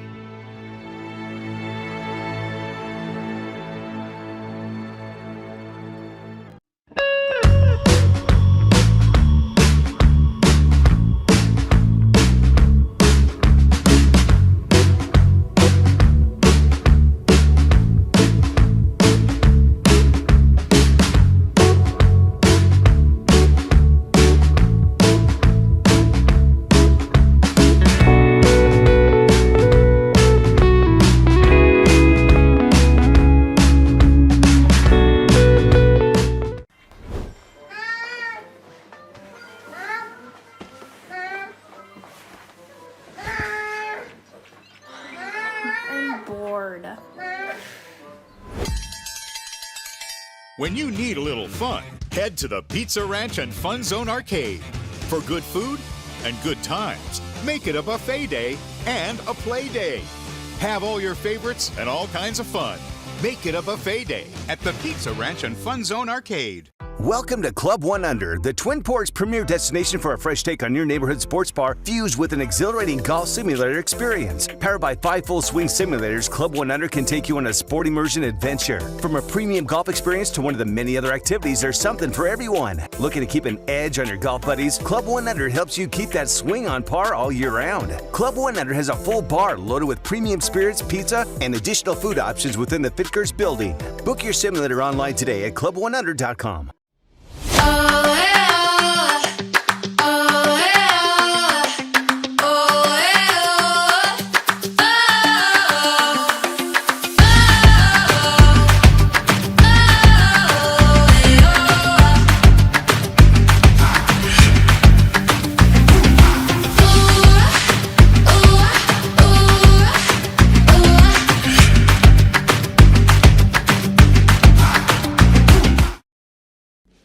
Looking for a career that moves you forward?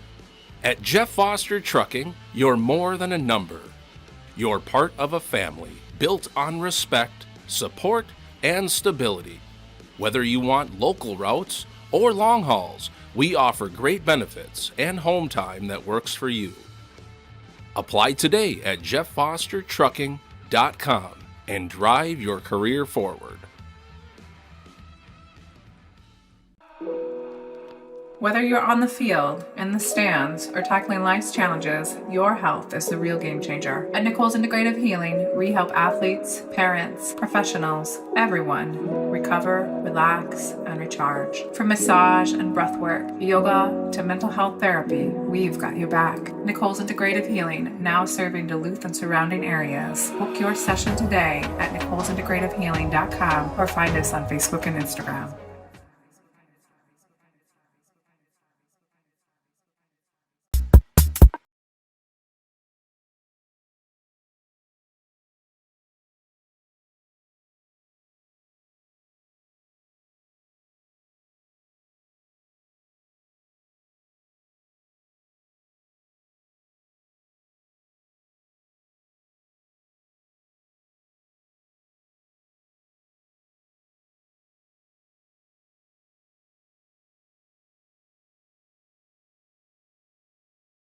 Getting ready to put on the accoutrements.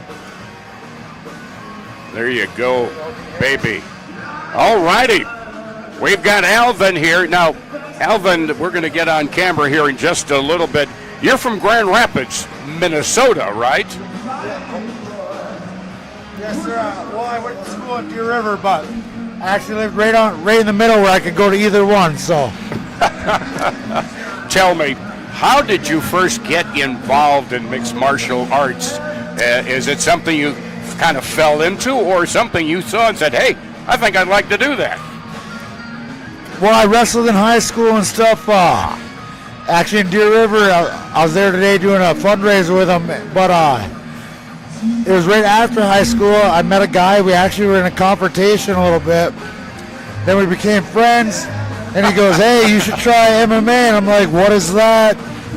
One thing led to another. Then I didn't do it for a little while. Then I found jiu-jitsu. And boom, one thing led to another, back into it. That's how things happen sometimes, though. You're just like... Work of God. Exactly. Now, you work out here in Duluth, right? Yep. Between here, Prior Lake, and Arizona. Oh, you're not. You are a smart UFC fighter. You spend the winters down there, right? They, huh? Not bad. Don't tell everyone my secrets. Alvin Hines is here with us from UFC, and he is right up here in the booth with us. He had the coin toss tonight. You did it well. I know. I didn't even practice either, but natural athlete, baby. Yeah, right on the money. And the Harbor Monsters got the win and won the toss too. That's what I mean. See that? It is all talent, baby. Years ago, I've covered boxing. This is completely different. What's the difference physically between boxing and MMC?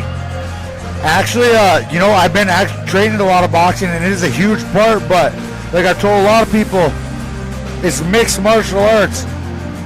I was never good at wrestling. Like, I didn't go to college. I mean, I wasn't great. I'm not a world champion kickboxer. I'm not a black belt in jiu-jitsu. but I'm better than most at all of them. And it's mixed martial arts. It ain't just one or the other. So I'm going to fight you where you're not comfortable. And I'm going to be better than you in that place. So. Well, and like boxing, you don't have a neutral corner in mixed martial arts. That's right. That's right. If you're a boxer, then I'll take you to the ground. You're ranked. Now you're in my world. You're ranked in the top 100. Yeah. There ain't a whole bunch of heavyweights, so I can't like brag about myself, but I did make it, and I'm gonna make a statement in there. I can't wait to get back in there. Do you have anything lined up in the near future? I'm waiting on the clearance for my broken nose, but as soon as that's cleared, I will make sure all you guys know. I'm super happy to be here, and you'll hear from me again, I promise. Well, without a doubt.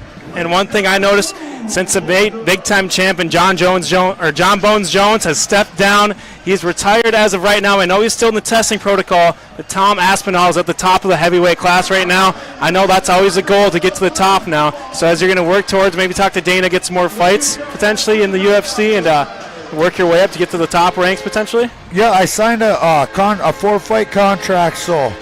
And they must have liked what I did the last time, even though I came up short. They must have liked it a little bit because they said as soon as my nose is cleared, they'd love to have me back.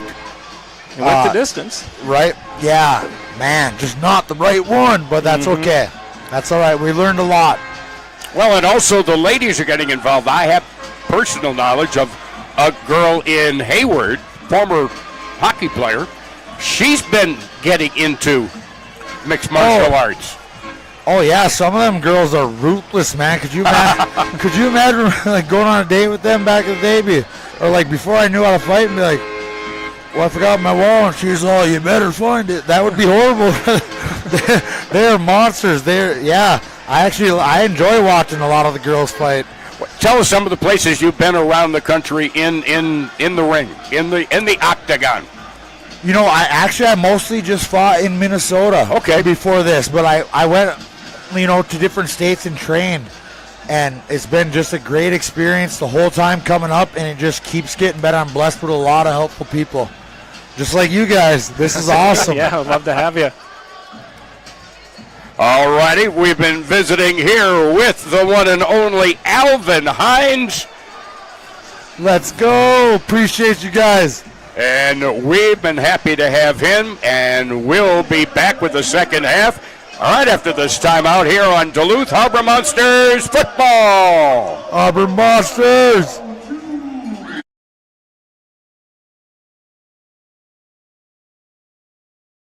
Stop by Duluth Pizza Ranch and Fun Zone Arcade by the mall. Our buffet is stocked with a variety of delicious pizza that you can choose from. We also got fried chicken, dessert, and even a salad bar. After some food and smiles, hit up our large arcade. Win some tickets that you can cash in or save for later.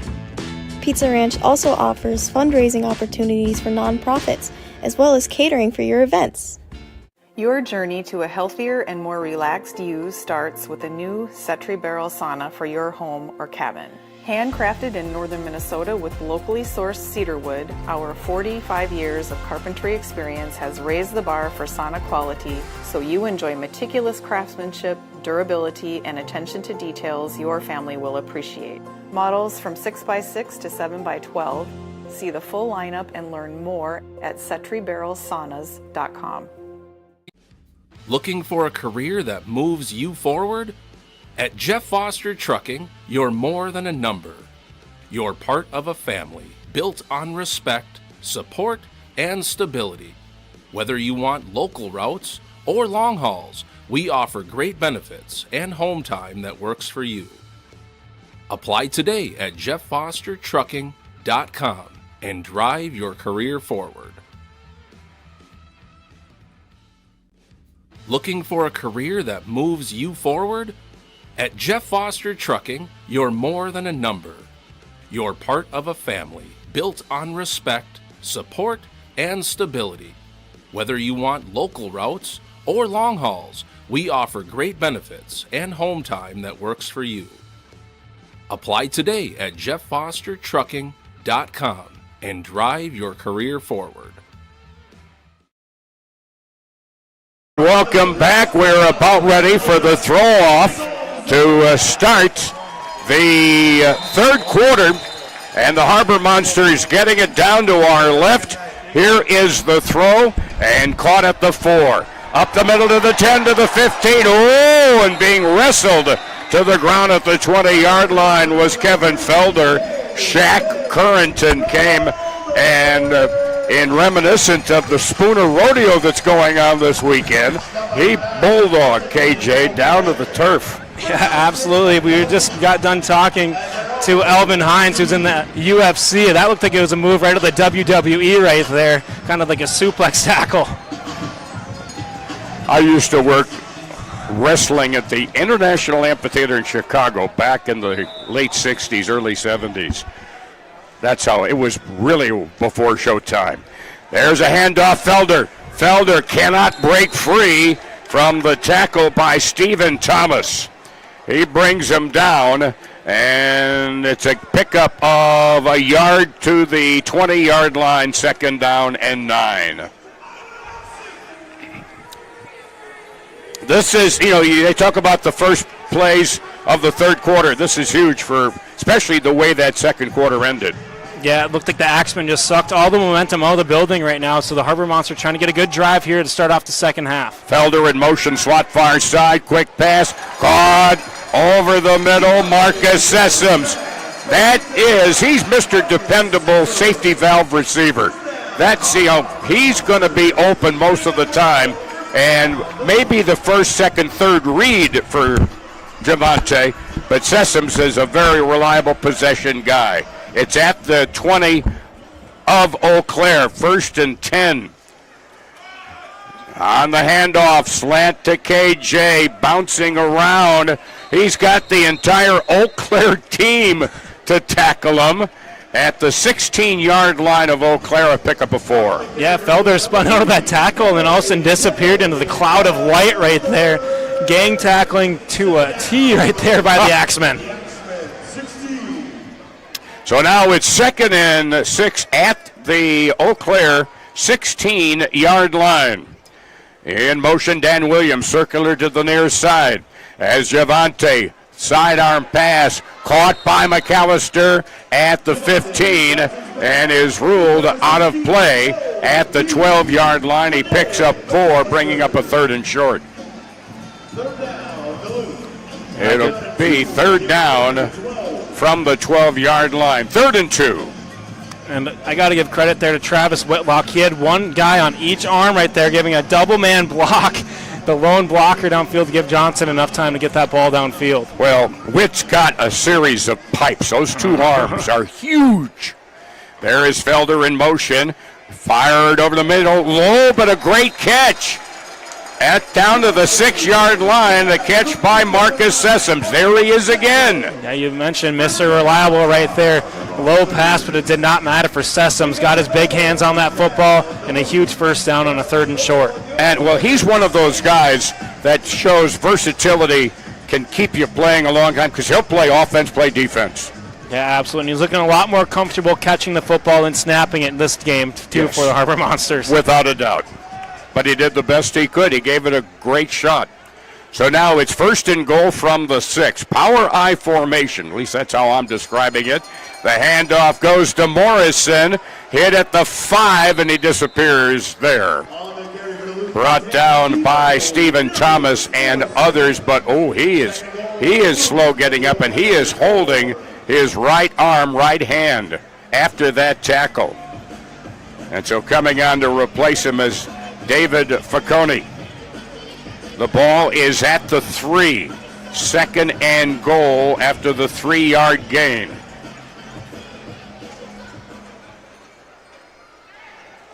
As Javante fires over the middle, caught in the end zone, touchdown. Touchdown, Harbor Monsters. Touchdown. He deserved it. Marcus Sessoms. Absolutely. It was Marcus Sessoms' drive right there, and it was only right that he would capitalize it off with that touchdown. Once again, you could see him coming across. He started on the right side, one-on-one coverage. Great move there. And strong hands to make the grab for the touchdown and get down low, big fella. The position he essentially played You know, you always hear fans talk about, I wish my team threw to the tight end more. That was basically a tight end route. And then little drag right there over the middle. Yep. You hear it on talk shows all the time. I wish my team would. Why don't we throw to the tight end more? So now they're going to go for 2.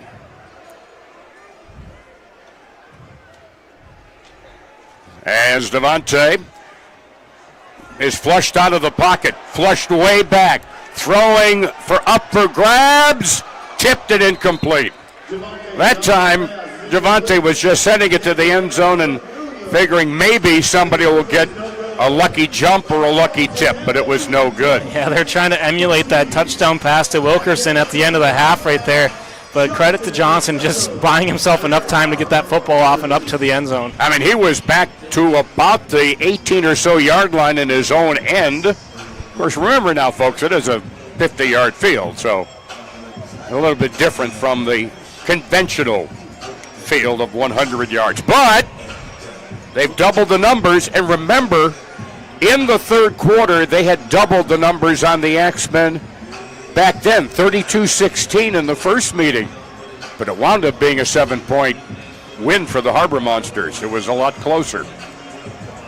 Yeah, and right now the Harbor Monsters want to pick up right where they left off defensively, flush that last play of the half, get back to what you're doing earlier in the game, only allowing 7 points up until that final play of the first half. So now, the throw-off coming. Jamal Couch on the throw. And there's the throw. It bounces at the 6. Bounces deep into the end zone. Picked up by Luton. Luton gets out of the end zone barely. Maybe not. They may give him progress to the 1-yard line, and they are. Referee Tyler Downs saying he got out to the 1. So close to perhaps being a safety. Yeah, and we've talked about it time and time again, the dangers of letting that football bounce on the throw-off. And he's certainly going to be kicking himself right there. Fortunate to get out to the 1-yard line as the Harbor Monsters were rallying. Hey, a safety's still a possibility here. Yeah, absolutely. They're just 3 feet away. So you've got Fields in the middle on the front line along with Spruce and Mann. Those are the 3. Linebacker Dante Mason and Baron Malloy. Handoff, getting hit just outside the goal line and bouncing off of a would-be tackle to the 5-yard line is Joel Shaw. Looked like he was in danger for just a hot moment.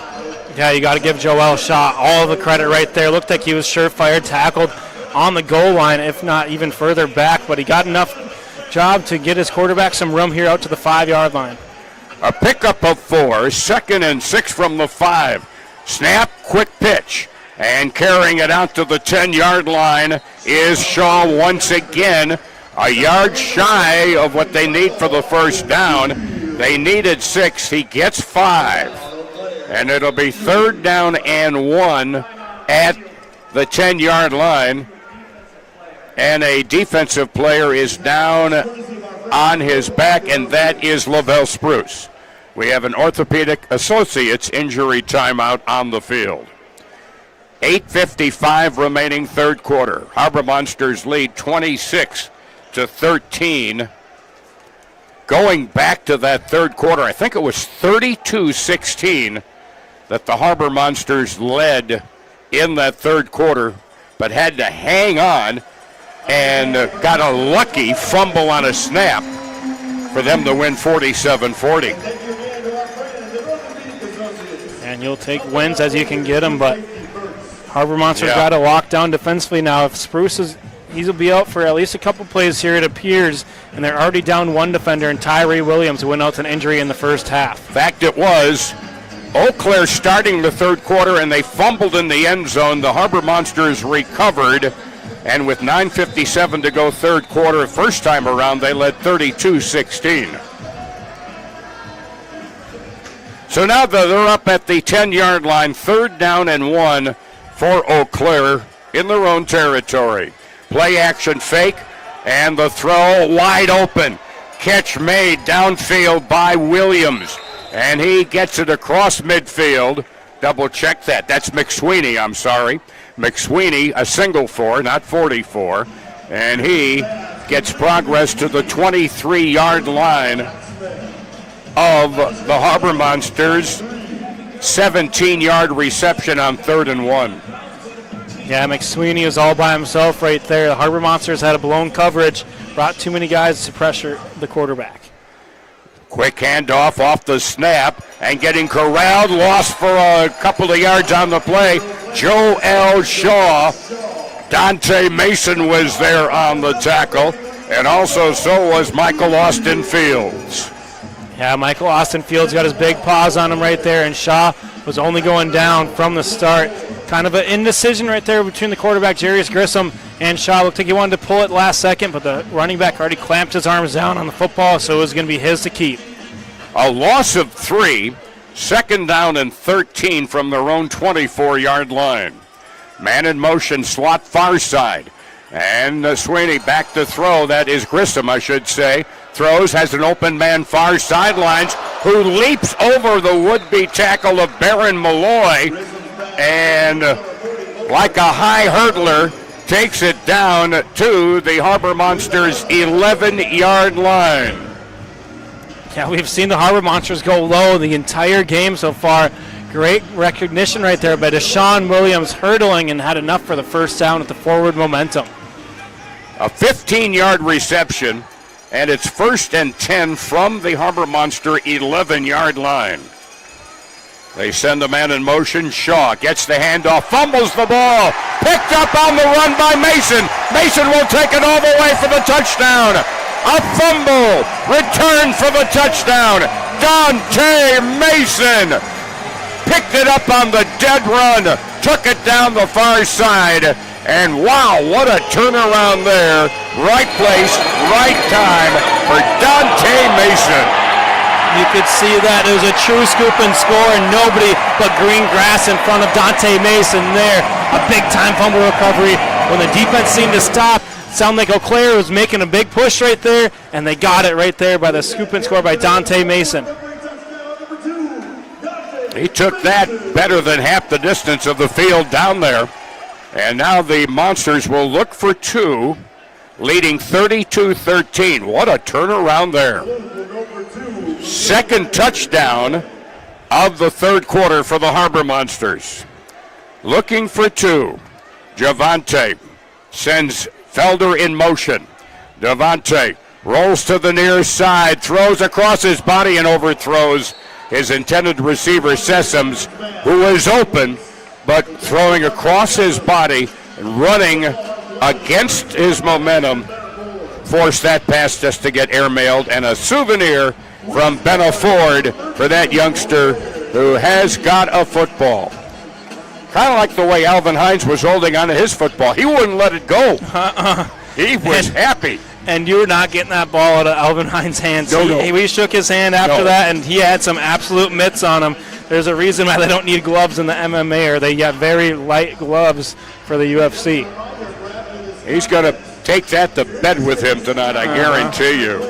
So it's with 5:33 to go in the 3rd quarter. It's 32-13. And the Harbor Monsters will throw it to Eau Claire from left to right. Jamal Couch will do the honors down to our left. And back to return, Jacob Davies. He awaits at his own goal line. There he is on our screen. Couch lets it fly, caught on the fly at the 4. Ahead to the 10, to the 15, spinning away from tackles up to midfield on the return. A good return by Jacob Davies. Returns at about 21 yards, and it'll be 1st and 10, Eau Claire at midfield. Yeah, Davies didn't do anything complicated right there. He got the ball, ran straight up the field, and it was a great return out to midfield there. Number 21, Davies, a defensive back. So, from midfield, 1st and 10, but all of a sudden Eau Claire looks and said, wow, we're down 19. Yeah, and if you think about it for Eau Claire, you're just really upset because it's 2 big turnovers right now, and they've both resulted in, it's 2 fumbles that have resulted in points for the Harbor Monsters directly. Man in motion goes on the slot far side, as back is Grissom to the far side. He lost the handle, bad pass, nearly picked off by Flowers. Flowers was the closest to it as it went out of bounds across the way, and another Benaford souvenir. Yeah, even the big kids like the souvenirs. Yeah, absolutely. If you can get your paws on the football, I don't see why not. I'd love to come down with one too, but I don't see one coming up here anytime soon. No. Unlike the other sports going on in the summertime, baseball, maybe you'd get better luck getting a ball up here. The T-shirt cannon has a better chance. Oh, absolutely. That's got some range on it. All right, in motion, McSweeney, near side to far side. He resets now, and now is in motion straight ahead to the slot far side. Quick pass over the middle, immediately hit after making the catch is Williams. He is knocked down on the play by Dante Mason. Mason having a big night for himself. Timeout on the field for an injury to an offensive player. We have an injured Axemen, and on the injury is Deshaun Williams. And he is slow to get up, and he is the one who made the play, and they gave him progress to the Harbor Monster 22-yard line, a pickup of 3. 3rd and 7. Yeah, but Mason, you mentioned it. He's had himself an excellent game so far. There was a good open field tackle there to bring down the elusive Williams, who we just saw have a great hurdle in the possession prior to this one for the Axemen. And you can see we've just hit the 4-minute mark remaining in the third quarter. Harbor Monsters with the commanding lead, for those listening on radio, 32-13. Man in motion, far side for the Axemen. Running up the gut to the near side is Jairus Grissom, and he is put into the boards at about the 13 or 12-yard line. It's enough for a first down. They give him progress, call it the 14, a pickup of 8 yards. They needed 7. Yeah, it was the first time we've seen Grissom tuck it and run, but he's certainly paid a price right there. As we mentioned the name earlier, Dante Mason slammed him into the boards, and you might think twice about running again. In high school, Grissom, highly touted passer and runner. There is a pass over the middle, deflected away from the intended receiver, Boom Williams, and that one was knocked away nicely by the defense and Baron Malloy. And Malloy was all over that one. Great defense right there. He was right in the receiver's hip pocket, high point on the football, knocked it away to the turf. Those must be the tailored football pants that have the pockets, right? Oh yeah, the absolutely. Special tailored models, yes. Those the big guys. They came from the big city of New York. Of course they got them. That's right. They are New York uniforms. Oh baby, 2nd and 10 from the 13. A snap, back it goes to the quarterback Grissom, who then overthrows the intended receiver Joel Shaw, who actually took the snap on that play. Incomplete. 3rd and 10 now coming up at the 13. So that's the first time we have seen where Grissom, the quarterback, did not take the snap. And it's just something to buy him a little bit more time with the Harbor Monsters pressure right now. It's been led by Lavelle Spruce, Darius Morrison, and Tyreek Mann as well. They're now at the 13 and in trouble. The helmet comes off. Penalty marker goes down. Pass incomplete on a desperation pass to Wilkerson. Shaken up on the play. Baron Malloy, he gets up a little slow. Also helping in coverage. Face mask. Defense. It's a face mask that took the helmet off of Jairus Grissom. Yeah, and I think you can see Michael Austin Fields trying to plead his case, but he had his hands up high, and I think he was saying that he had the backside of the helmet right there I don't know if he quite got the face mask, but it's our head official, Tyler Downs, right? He had the best view of it. Must have been a little bit too much helmet for that tackle. Yep, certainly did. So now the ball was at the 13. It's now down to the 7-yard line, and it's first and goal. First and goal. And timeout, Duluth. Duluth takes its first of 3 second-half timeouts here at the deck. With 1:25 to go, third quarter. Harbor Monsters with the lead. They led at the intermission by 7, 20-13. It's now 32-13. So, 2 weeks from tonight, mark it on your calendars. We want to see you. We'd love to really get this place chock full for the revenge match against the Ozarks Lunkers. Yeah, bring your lucky crankbait for that one. We're going lunker fishing. So the timeout by the Harbor Monsters. It's still first and goal from the Monsters 7 for Eau Claire with 1:25 to go, third quarter. Grissom maybe changing the count or changing the play. He gets the snap, drops straight back, rolls to the near side, and gets down to the goal line. Looked to me, that snap was from the 7. Looked to me like he took the snap and stepped on the side hash marks here. Seeing the replay. Yeah.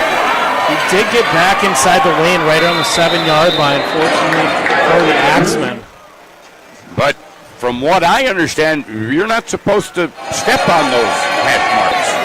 You got to stay in between them. There he goes outside. And again, the line of scrimmage was the 7-yard line. And Tyler Downs. The ruling on the touchdown. Previous play is on the first. Running lane violation. There we go. All right, that he did get into the end zone for the touchdown. But again, we'll keep an eye on the feet of Grissom. The sky judge is just a couple of booths down to our right. The ruling on the field is upheld. Touchdown. Wow. Clock operator, please reset the game clock. I'm not sure I jive with that, but I don't have the white hat. So it's a touchdown. Grissom on a 7-yard run. And now they will go for 1. We're under a minute for the third quarter. Back to throw, Grissom, quick pass far side into the end zone along the far boards is Boom Williams. He was the man in motion from the wideout near side, came across and was wide open in the far turn of the boards in the end zone, and the point after is good. Cuts the lead to 32-20 with 46.4 seconds to go in the third quarter. First score of the second half for Eau Claire. Yeah, that's something Duluth's got to keep their eyes out for. When you bring so much pressure, you got to make sure you get enough guys to cover, especially the running back coming out of the backfield right there, and nobody within 5 yards is just an easy point after right there for Shaw. Well, that's been a big factor in the second half with Grissom's running now. Suddenly he's decided to take it on his own and go ahead and be the offensive attack for Eau Claire.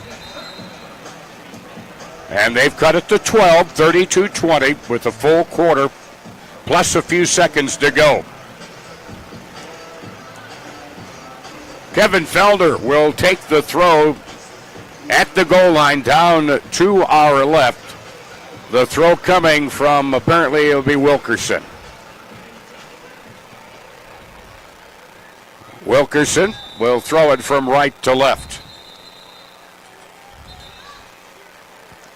And waits for the play clock to be circled into motion. Once he gets the word, Wilkerson now left-handed throw to the near side from the 2. Felder towards the middle to the 10, not even to the 10. Brought down by Currington at the 9-yard line. So Felder could not escape the grasp of Shaq Currington. And so Harbor Monsters will start this drive 1st and 10 at their own 9-yard line with 29 seconds remaining in the third quarter. 12-point lead right now for Duluth, looking for their 5th win in 7 starts this year. So let's see where we go now with this.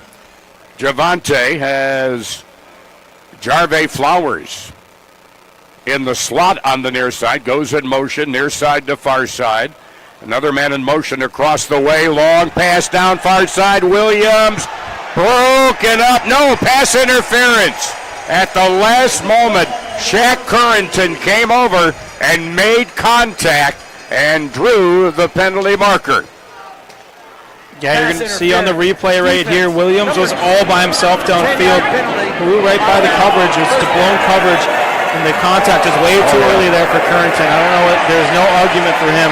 Flag was flying right as soon as he made that contact for the ball even at the turf.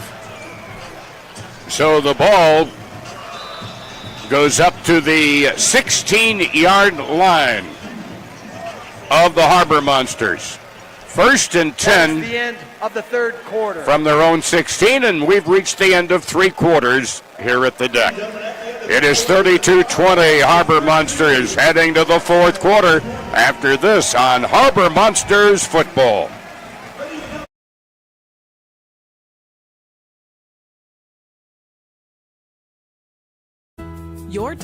In the heart of downtown Duluth, there's a place where the art of print meets the science of technology. It's where bold ideas come to life. Welcome to Sheldon, your one-stop shop for custom printing. From signs and brochures to vehicle decals and everything in between, we bring your vision to life with fast turnarounds, expert service, and seriously, cool results. Call us today at 218-727-2817 or visit our website at sheldonduluth.com.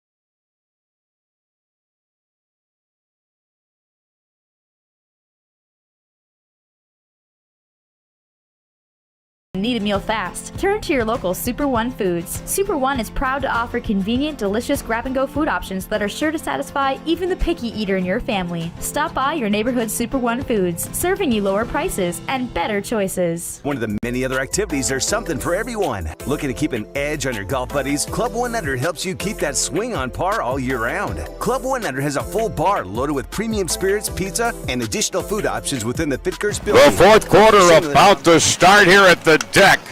Harbor Monsters will have it 1st and 10 at their own 21-yard line after the pass interference call on the play from their own 9. So now the Harbor Monsters going from right to left, and their lead trimmed down to 12, 32-20. Still, these two teams have played. The other game was rather low scoring, 47-40. Harbor Monsters average on the year 50 points a game. Eau Claire with 186 total points, 6th in the 6-team league. All right, 1st and 10 from their own 21.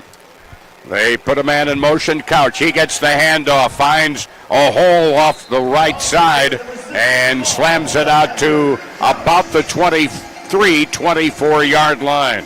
Call it the 23, a gain of 2, 2nd and 8.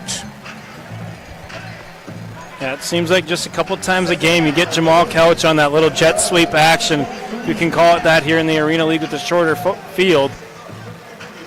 The basics of the play, the fundamental of it is the same. Yeah. Wide out, going in motion from one side to the other and getting the handoff and sweeping around.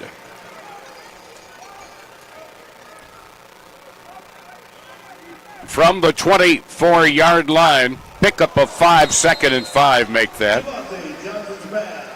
And it's incomplete on the pass intended for Jarvey Flowers Sr. as the ball is up at the 24-yard line. 3rd down and 5, 1 yard deep into the Harbor Monster territory, their side of the 25. Javante, lone man in the backfield, 2 wideouts far side, 1 in the slot. Now Williams, circle motion from near side to the far side. Snap back to Javante, runs straight up the middle. He's got a 1st down, dives ahead to the 15 to the 14-yard line, tackled by Currington. Yeah, we saw Eau Claire take advantage of it with Grissom. Now it's going to be Javante Johnson's turn. He saw the open lane. He knew he needed 5 yards on 3rd down and got that and many more. A good tuck and run there by the veteran quarterback. Same basically as a quarterback draw in a way. And it worked. 1st and 10 from the 14, I should say, of Eau Claire. Running back to the right, that is Morrison. Now he switches over to the left side of Johnson. Dan Williams in motion. Pitch goes to the running back down to the 5, to the 4, to the 3. Morrison bowls his way down there. Joe King on the tackle along with Jacob Davies. But it is going to be 1st and goal from the 2-yard line. A gain for Demo of 12 yards. Yeah, fantastic play call, and Demo just slightly tripped himself up by the turf monster right there as he broke the line of scrimmage. Otherwise, I think he would have had 6. Truly, the turf monster is alive for the Harbor Monsters. Think about the irony of that. Now the handoff, sweep around the near side. There goes Couch, turns the corner along the near boards, into the end zone. Touchdown, Harbor Monsters. Touchdown, Jamal Couch. He gets another rushing touchdown here this evening. Yeah, whether it's on the ground or through the air, Jamal Couch has scored in every single game for the Harbor Monsters this year, and he's going to find his way into the end zone right there on that, of course, patented jet sweep right there for the Harbor Monsters. He came into the game with a combined 11 touchdowns, 7 through the air, 4 on the ground. They will go for 2. Leading 38-20, trying to go up by 20 here. Demo, running back, left side of Jarvey, throws wide open over the middle. Wide open, caught, touchdown, Mac attack, Ladarian McAllister, right across the middle. The pass right on the money, and the Harbor Monsters are up by 20, 40-20 after the Cary Toyota touchdown and 2-point conversion. Yeah, there's no need to throw that one up. That one is thrown on an absolute line, a bullet pass there by Javante Johnson to the Mac attack. You're going to see in the replay, just kind of a tight end stream right up the middle. Eau Claire's susceptible of that all game long. The Harbor Monsters finally capitalize on it right there in the 2-point try.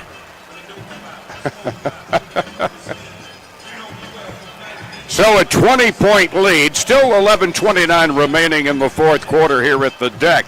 But the Harbor Monsters have, for the second time tonight, doubled the point total of Eau Claire. So now the throw-off coming. Harbor Monsters throwing from right to left. Waiting the throw is Wilkerson back at his own goal line. And Jamal Couch, just coming off the rushing touchdown, will now throw it from right to left and lets it fly left-handed. Bounces at the 6 and out of bounds. It'll come out to the 5-yard line on the touchback. Another Benaford football winds up, not far from the Eau Claire bench across the way. And so the ball will be put at the 5, 1st and 10, Eau Claire, their own 5-yard line.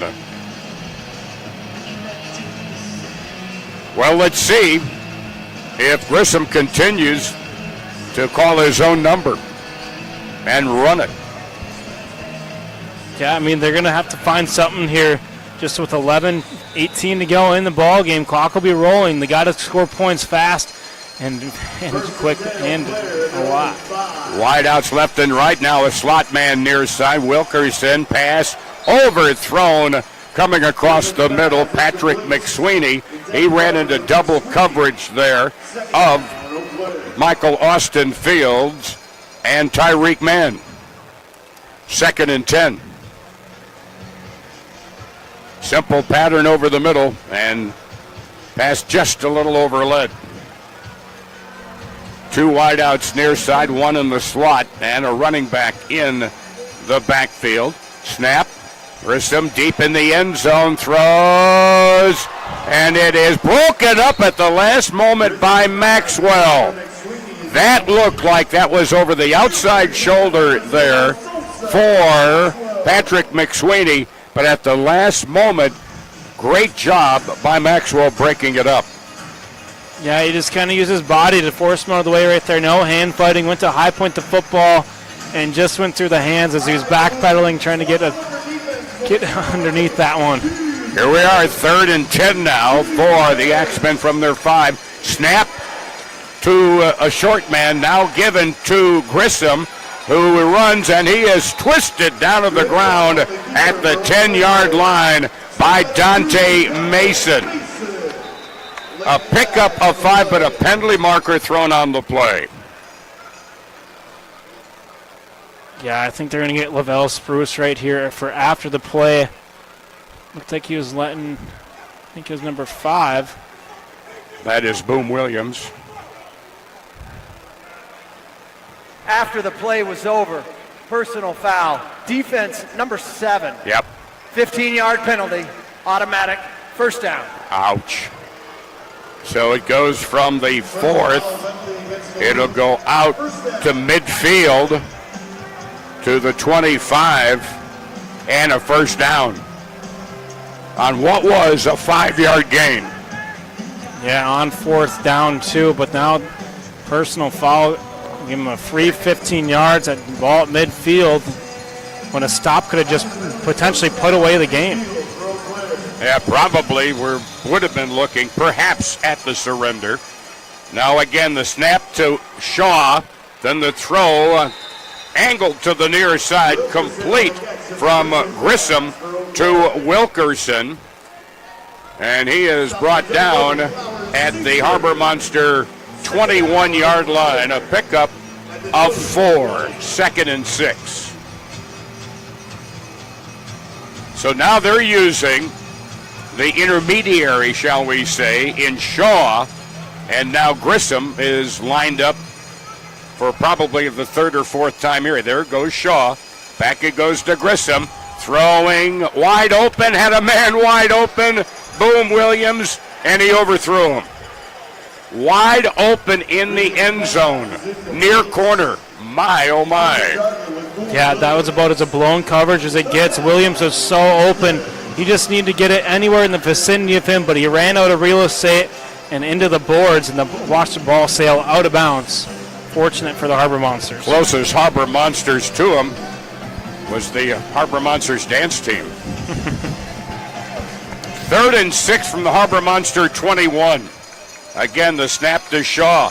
Back to Grissom. Has to get rid of it quickly under pressure. Along the boards on the near side. Incomplete for Wilkerson. Covered by Flowers and Dante Mason. It's 4th down. Ball at the 21-yard line. 4th and 6. 8:03 left to go. We're about halfway through the 4th quarter, folks. Harbor Monsters by 20, 40-20. So again, Shaw will get the snap, pitches back to Grissom. Grissom throws, wide open catch McSweeney, who got behind the coverage of Malloy, and he makes the catch for a first down at the Harbor Monster 11-yard line, a pickup of 10. They needed 6. Yeah, you just hate to see it if you're Baron Malloy, because he is right about to make a play, and he broke for the football, has lost his footing. There's a handoff to Shaw this time as Grissom took the snap. Shaw battling at the 10, still battling, and looks like they will mark him down at the 9-yard line, a pickup of 2. 2nd and 8 now from Harbor Monster 9-yard line. They can get a first down without scoring. You don't say that often in this league, though. No, you do not. So now they set the ball down at the 9-yard line. The snap from Marcelo Holguin. And directly goes to Grissom this time. Grissom drops back, now runs. Shovel pass ahead. And being tackled but diving into the end zone was Deshaun Williams. A 9-yard shovel pass as the quarterback showed run and then just shoveled it up ahead, and the touchdown for Williams as he hurdles over a defender. Yeah, and it was you could see Dante Mason trying to make a play on the quarterback as he stepped up in the pocket, and just a great pass there to Williams. Wilkerson near side, they go for a point. And it's incomplete outside the goal line. Covering on the play, Jarve Flowers, intended for Boom Williams. The point after no good. 6:07 to go, fourth quarter. And the Harbor Monsters lead by 14, 40-26. Fourth quarter action coming your way. Don't forget, folks, 2 weeks from tonight, Ozarks Lunkers come to town. Let's see if we can scrape the scales off a few Lunker bass in a couple of weeks. Absolutely.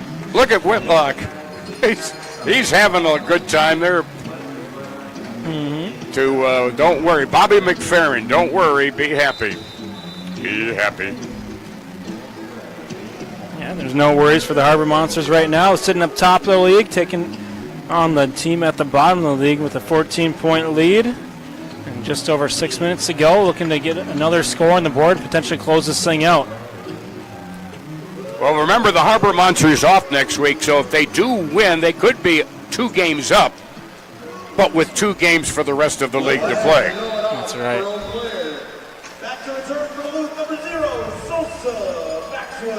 So Maxwell on the catch from the 3. Starts right, goes left, has a lane on the near side. Gets away from a tackle to the 15, to the 20, to the 25-yard line, where he's finally brought down by Currington. He escaped a near tackle on the near boards. Wow. And now you see me, now you don't. Sosa Maxwell. It wasn't too much of a speed on the spin right there, but it was very effective. Just flung the defenders off them. They thought they were close to the boards, but not close enough, as Maxwell looked like he was dead in the water on the 10-yard line and brought it all the way up to midfield. Now remember, he's 4th in the league in total returns and return yardage. That time, he picked up the nickname Houdini. Snap back.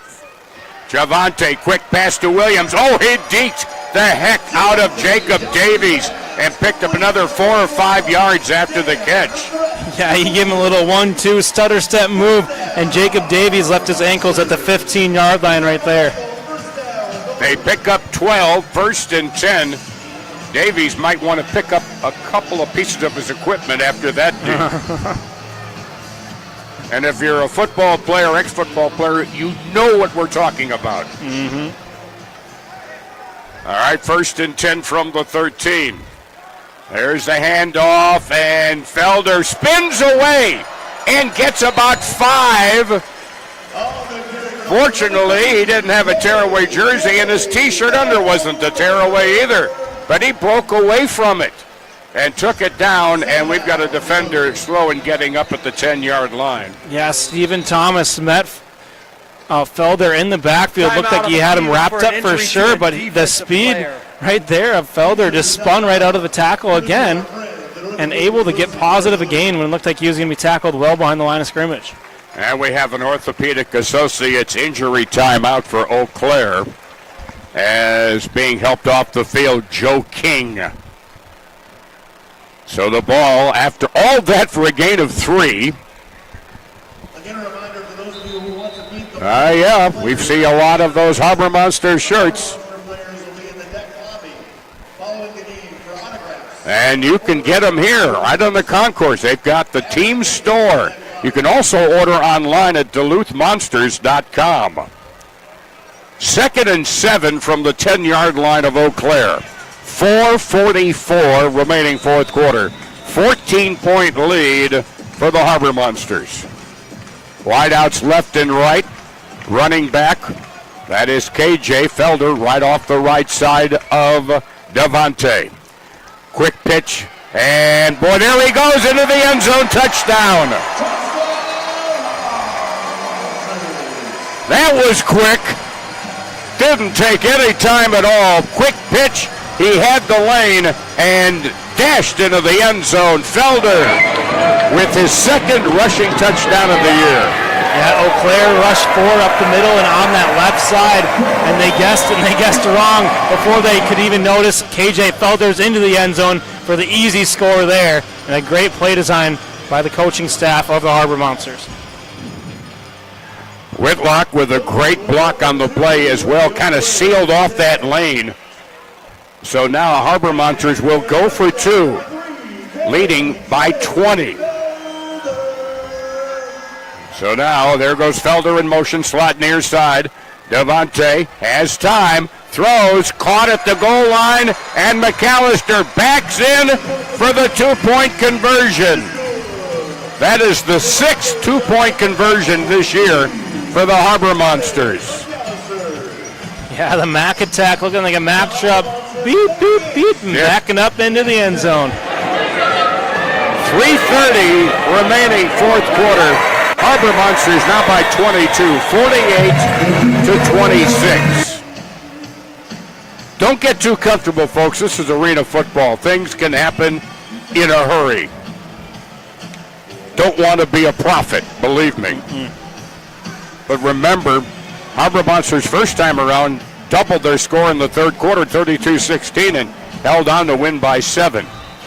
That's the unexpected thing that can happen, and can also be the exciting thing that can happen in arena football. There they are. Best dance troupe in the league, bar none.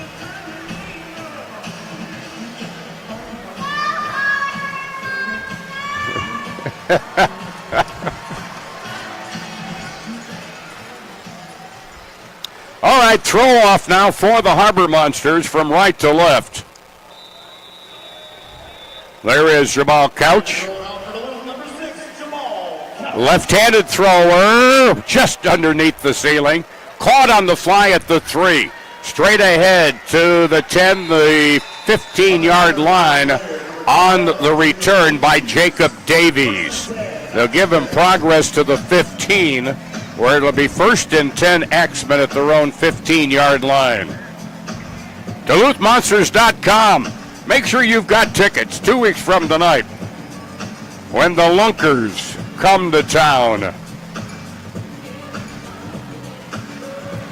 1st and 10. Bye week for the Monsters. And tell you what, they're going to enjoy that week off this week. Yeah, absolutely. Much deserved.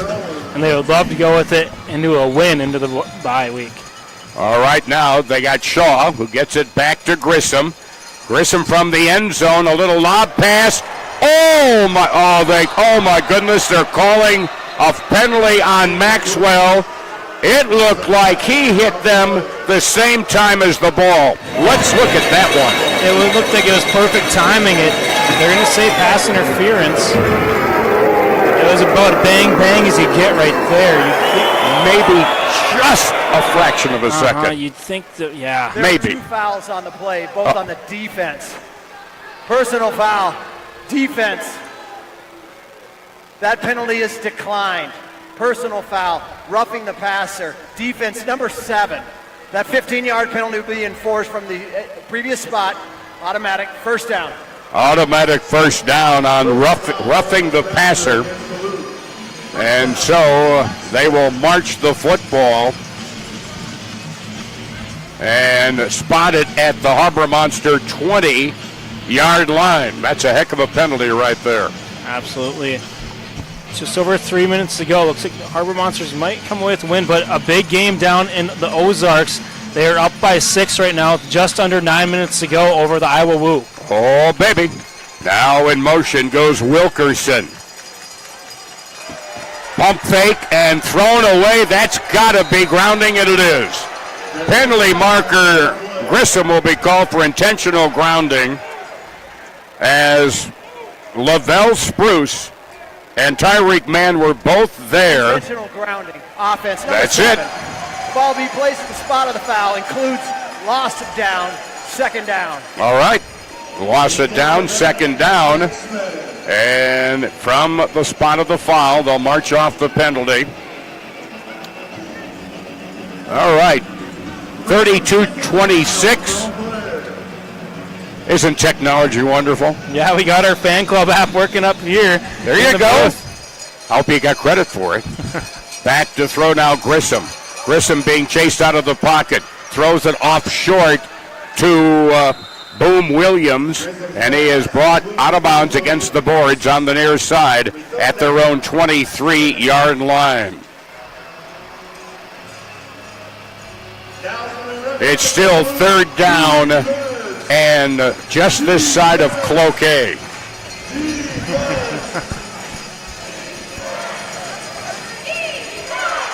They get it back to Grissom off the snap to Shaw.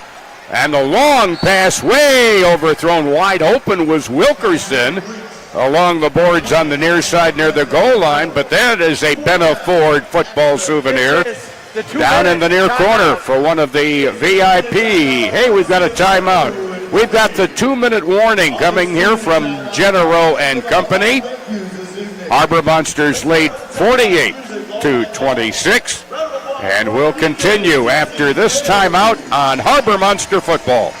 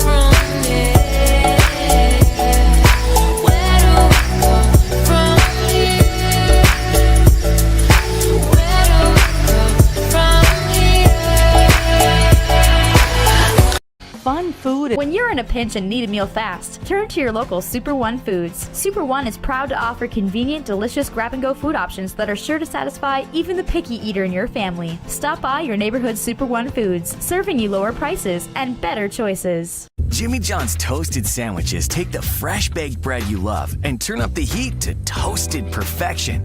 Crispy and golden on the outside, melty and gooey on the inside. Order a toasted... All right. All right, we're back. 2 minutes to go. 4th and 17 from their own 23-yard line. Shaw will get the snap. And then back to Grissom. Grissom now shoves it ahead to Shaw. He makes the catch. He breaks a tackle, couple tackles, and he is down at the Harbor Monster 18. But they needed to get to the 10-yard line, and it'll go over on downs. Yeah, I get what Shaw was doing there, breaking the tackles, and he had a slight chance. It looked like he could have lateraled the football, but I don't know if he was just not comfortable enough with coughing up the ball, and I don't think he knew where he was at either on the field with his back turned to the end zone. So it goes over on downs at the Harbor Monster 18-yard line, where it'll be 1st and 10 with 1:48 remaining, and again, we're inside of 2 minutes. So any incomplete pass will stop the game clock. All right, couch wide to the far side. Sessoms, essentially a wingback on the near side. KJ is in the slot far side. There'll be 2 in the slot with a man in motion. As Devontae now has room, passes it up ahead. Bouncing off one tackle was Sessoms. Did not bounce away from the second tackle, David Facone.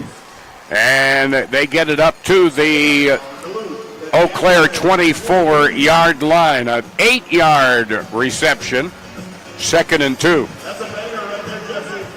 Yeah, it was a good catch and run right there. We got to credit the defense right now. They've forced 3 turnovers on downs, 1 surrender, and 2 forced fumbles as well.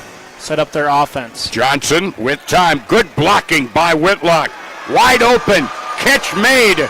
Down to the 5 is Sessoms. Still on his feet.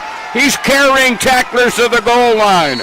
And they finally get him down at the 1-yard line. And you know, blocking was Whitlock. Guess who was down there to block after the reception? I saw number 44, Whitlock, down there. And you can just tell the difference that he's made for this offensive line. Rather than Sessoms blocking that, rather than last week, he's catching the football, and we can see he's such more of a he's such an athletic and dynamic player for the Harbor Monsters. For him to be receiving the ball rather than snapping it. Thank you. They're going to redo the game clock to 1 minute 13 seconds. Plus, the other thing about Witt, he takes up a lot of room. Yeah, absolutely. He's a big body down there. You know, defenders got to work around. They got to go to other parts of St. Louis County to get to a would-be running back or receiver. If he's blocking, it's from the 4. I thought it was the one from the 4. Now coming back this side. That is Couch, who's taken over the boards at the 6-yard line. Boom Williams defensively lowering the boom that time. And he winds up in the VIP. It's just down below to our left. Whoa! And Jamal gets up. He is fine. Gets his helmet and his shoulder pads. That's an old comedy line.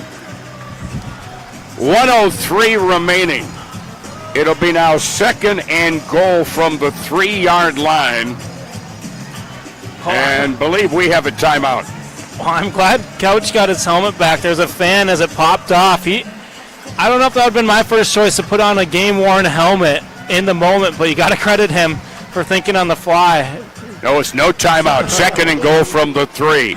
Javante throws into the end zone. Caught! Another bullet into the end zone. Caught by Sessoms. Another touchdown for Sess and the Harbor Monsters. Up to 54-26. Touchdown, Harbor Monsters. Yeah, pressure in the grill. Javante sends a bullet to Marcus Sessoms in a 2-touchdown game for Sessoms now. Yep. And he is looking great at receiving that football. He had 3 total on the year coming into the game. And he's become one of the unsung heroes in this game tonight offensively. 2-point try. Snap back, Devontae. Devontae throws and high and out of play. And that one, the race is on for the youngsters to get the Benaford football. No good. 58 seconds to go in the fourth quarter. Harbor Monsters have more than doubled them now, 54-26. And again, coming into the game, they've averaged 50 points a game. Yeah, it was such a great response right now by the offense and defense. Coming back to last week after a real tough game against the Ozark Lunkers, we're in control over the Iowa Woo, 39-26. But I mean, I mentioned it earlier, the defense, they've had 3 turnovers on downs. They forced 1 surrender and then 2 forced fumbles, and those fumbles both went for directly to 6 points for the defense. So they've just certainly showed up in big ways here. That's what I like, seeing Dad explaining the game. And they they spot themselves now on the big screen. That changes everything. Then you had to teach them a couple dance moves after that. Oh, my goodness. All right, now the throw-off coming, Jamal Couch. He's had a busy night tonight. And waiting for the throw down to our left, Jacob Davies. Under a minute now in the fourth quarter. And kind of a lob throw at the 6. Davies to the near side of the 10 to the 15. Ooh, a little helmet-to-helmet contact there at the 18-yard line. And they'll mark his progress down at the 19, maybe the 20-yard line. They'll call it the 20. First and 10, 51 seconds remaining. And now you can start feeling comfortable about this one. Yeah, absolutely. It'd have to be an absolute disaster, I think, for the Harbor Monsters to drop this one. They're going to continue to stay on top of the league right now, and they need as many wins as they can get going into the bye week, and then there'll be one more week before the playoffs. First and 10 from their own 20. Shaw gets a snap. Back to Grissom, who dodges one tackler. Now runs up along the lane, across the 25 to the 20, breaks a tackle there to the 15, spins away from Mason, who knocked him off balance and knocked him down to the Harbor Monster 12-yard line, where it'll be first and 10. Nice run by Grissom there, but the clock running.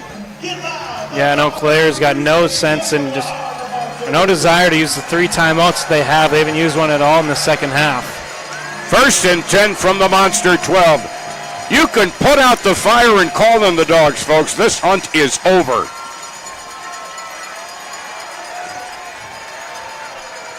There's an incomplete pass. Pressure put on Grissom by Lavelle Spruce.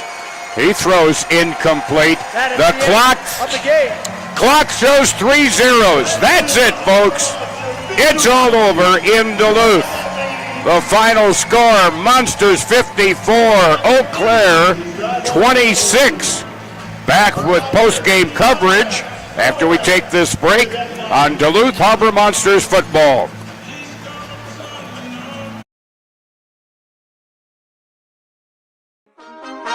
My mind is set, my grind is set, my heart on ice cold. I'm only here to even the score. Whoa. My mind is set, my grind is set, my heart on ice cold. We down right now, but did it before. Whoa. See from here we going up. Made the call, I shown up.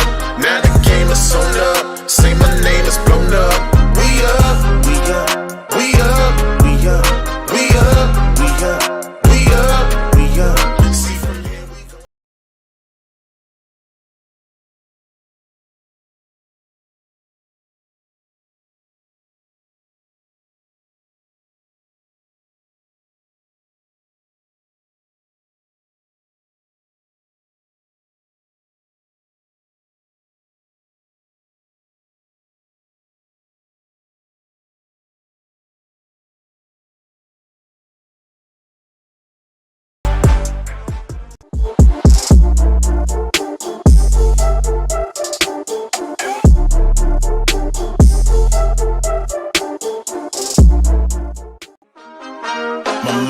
set, my grind is set, my heart on ice cold. I'm only here to even a score. Whoa.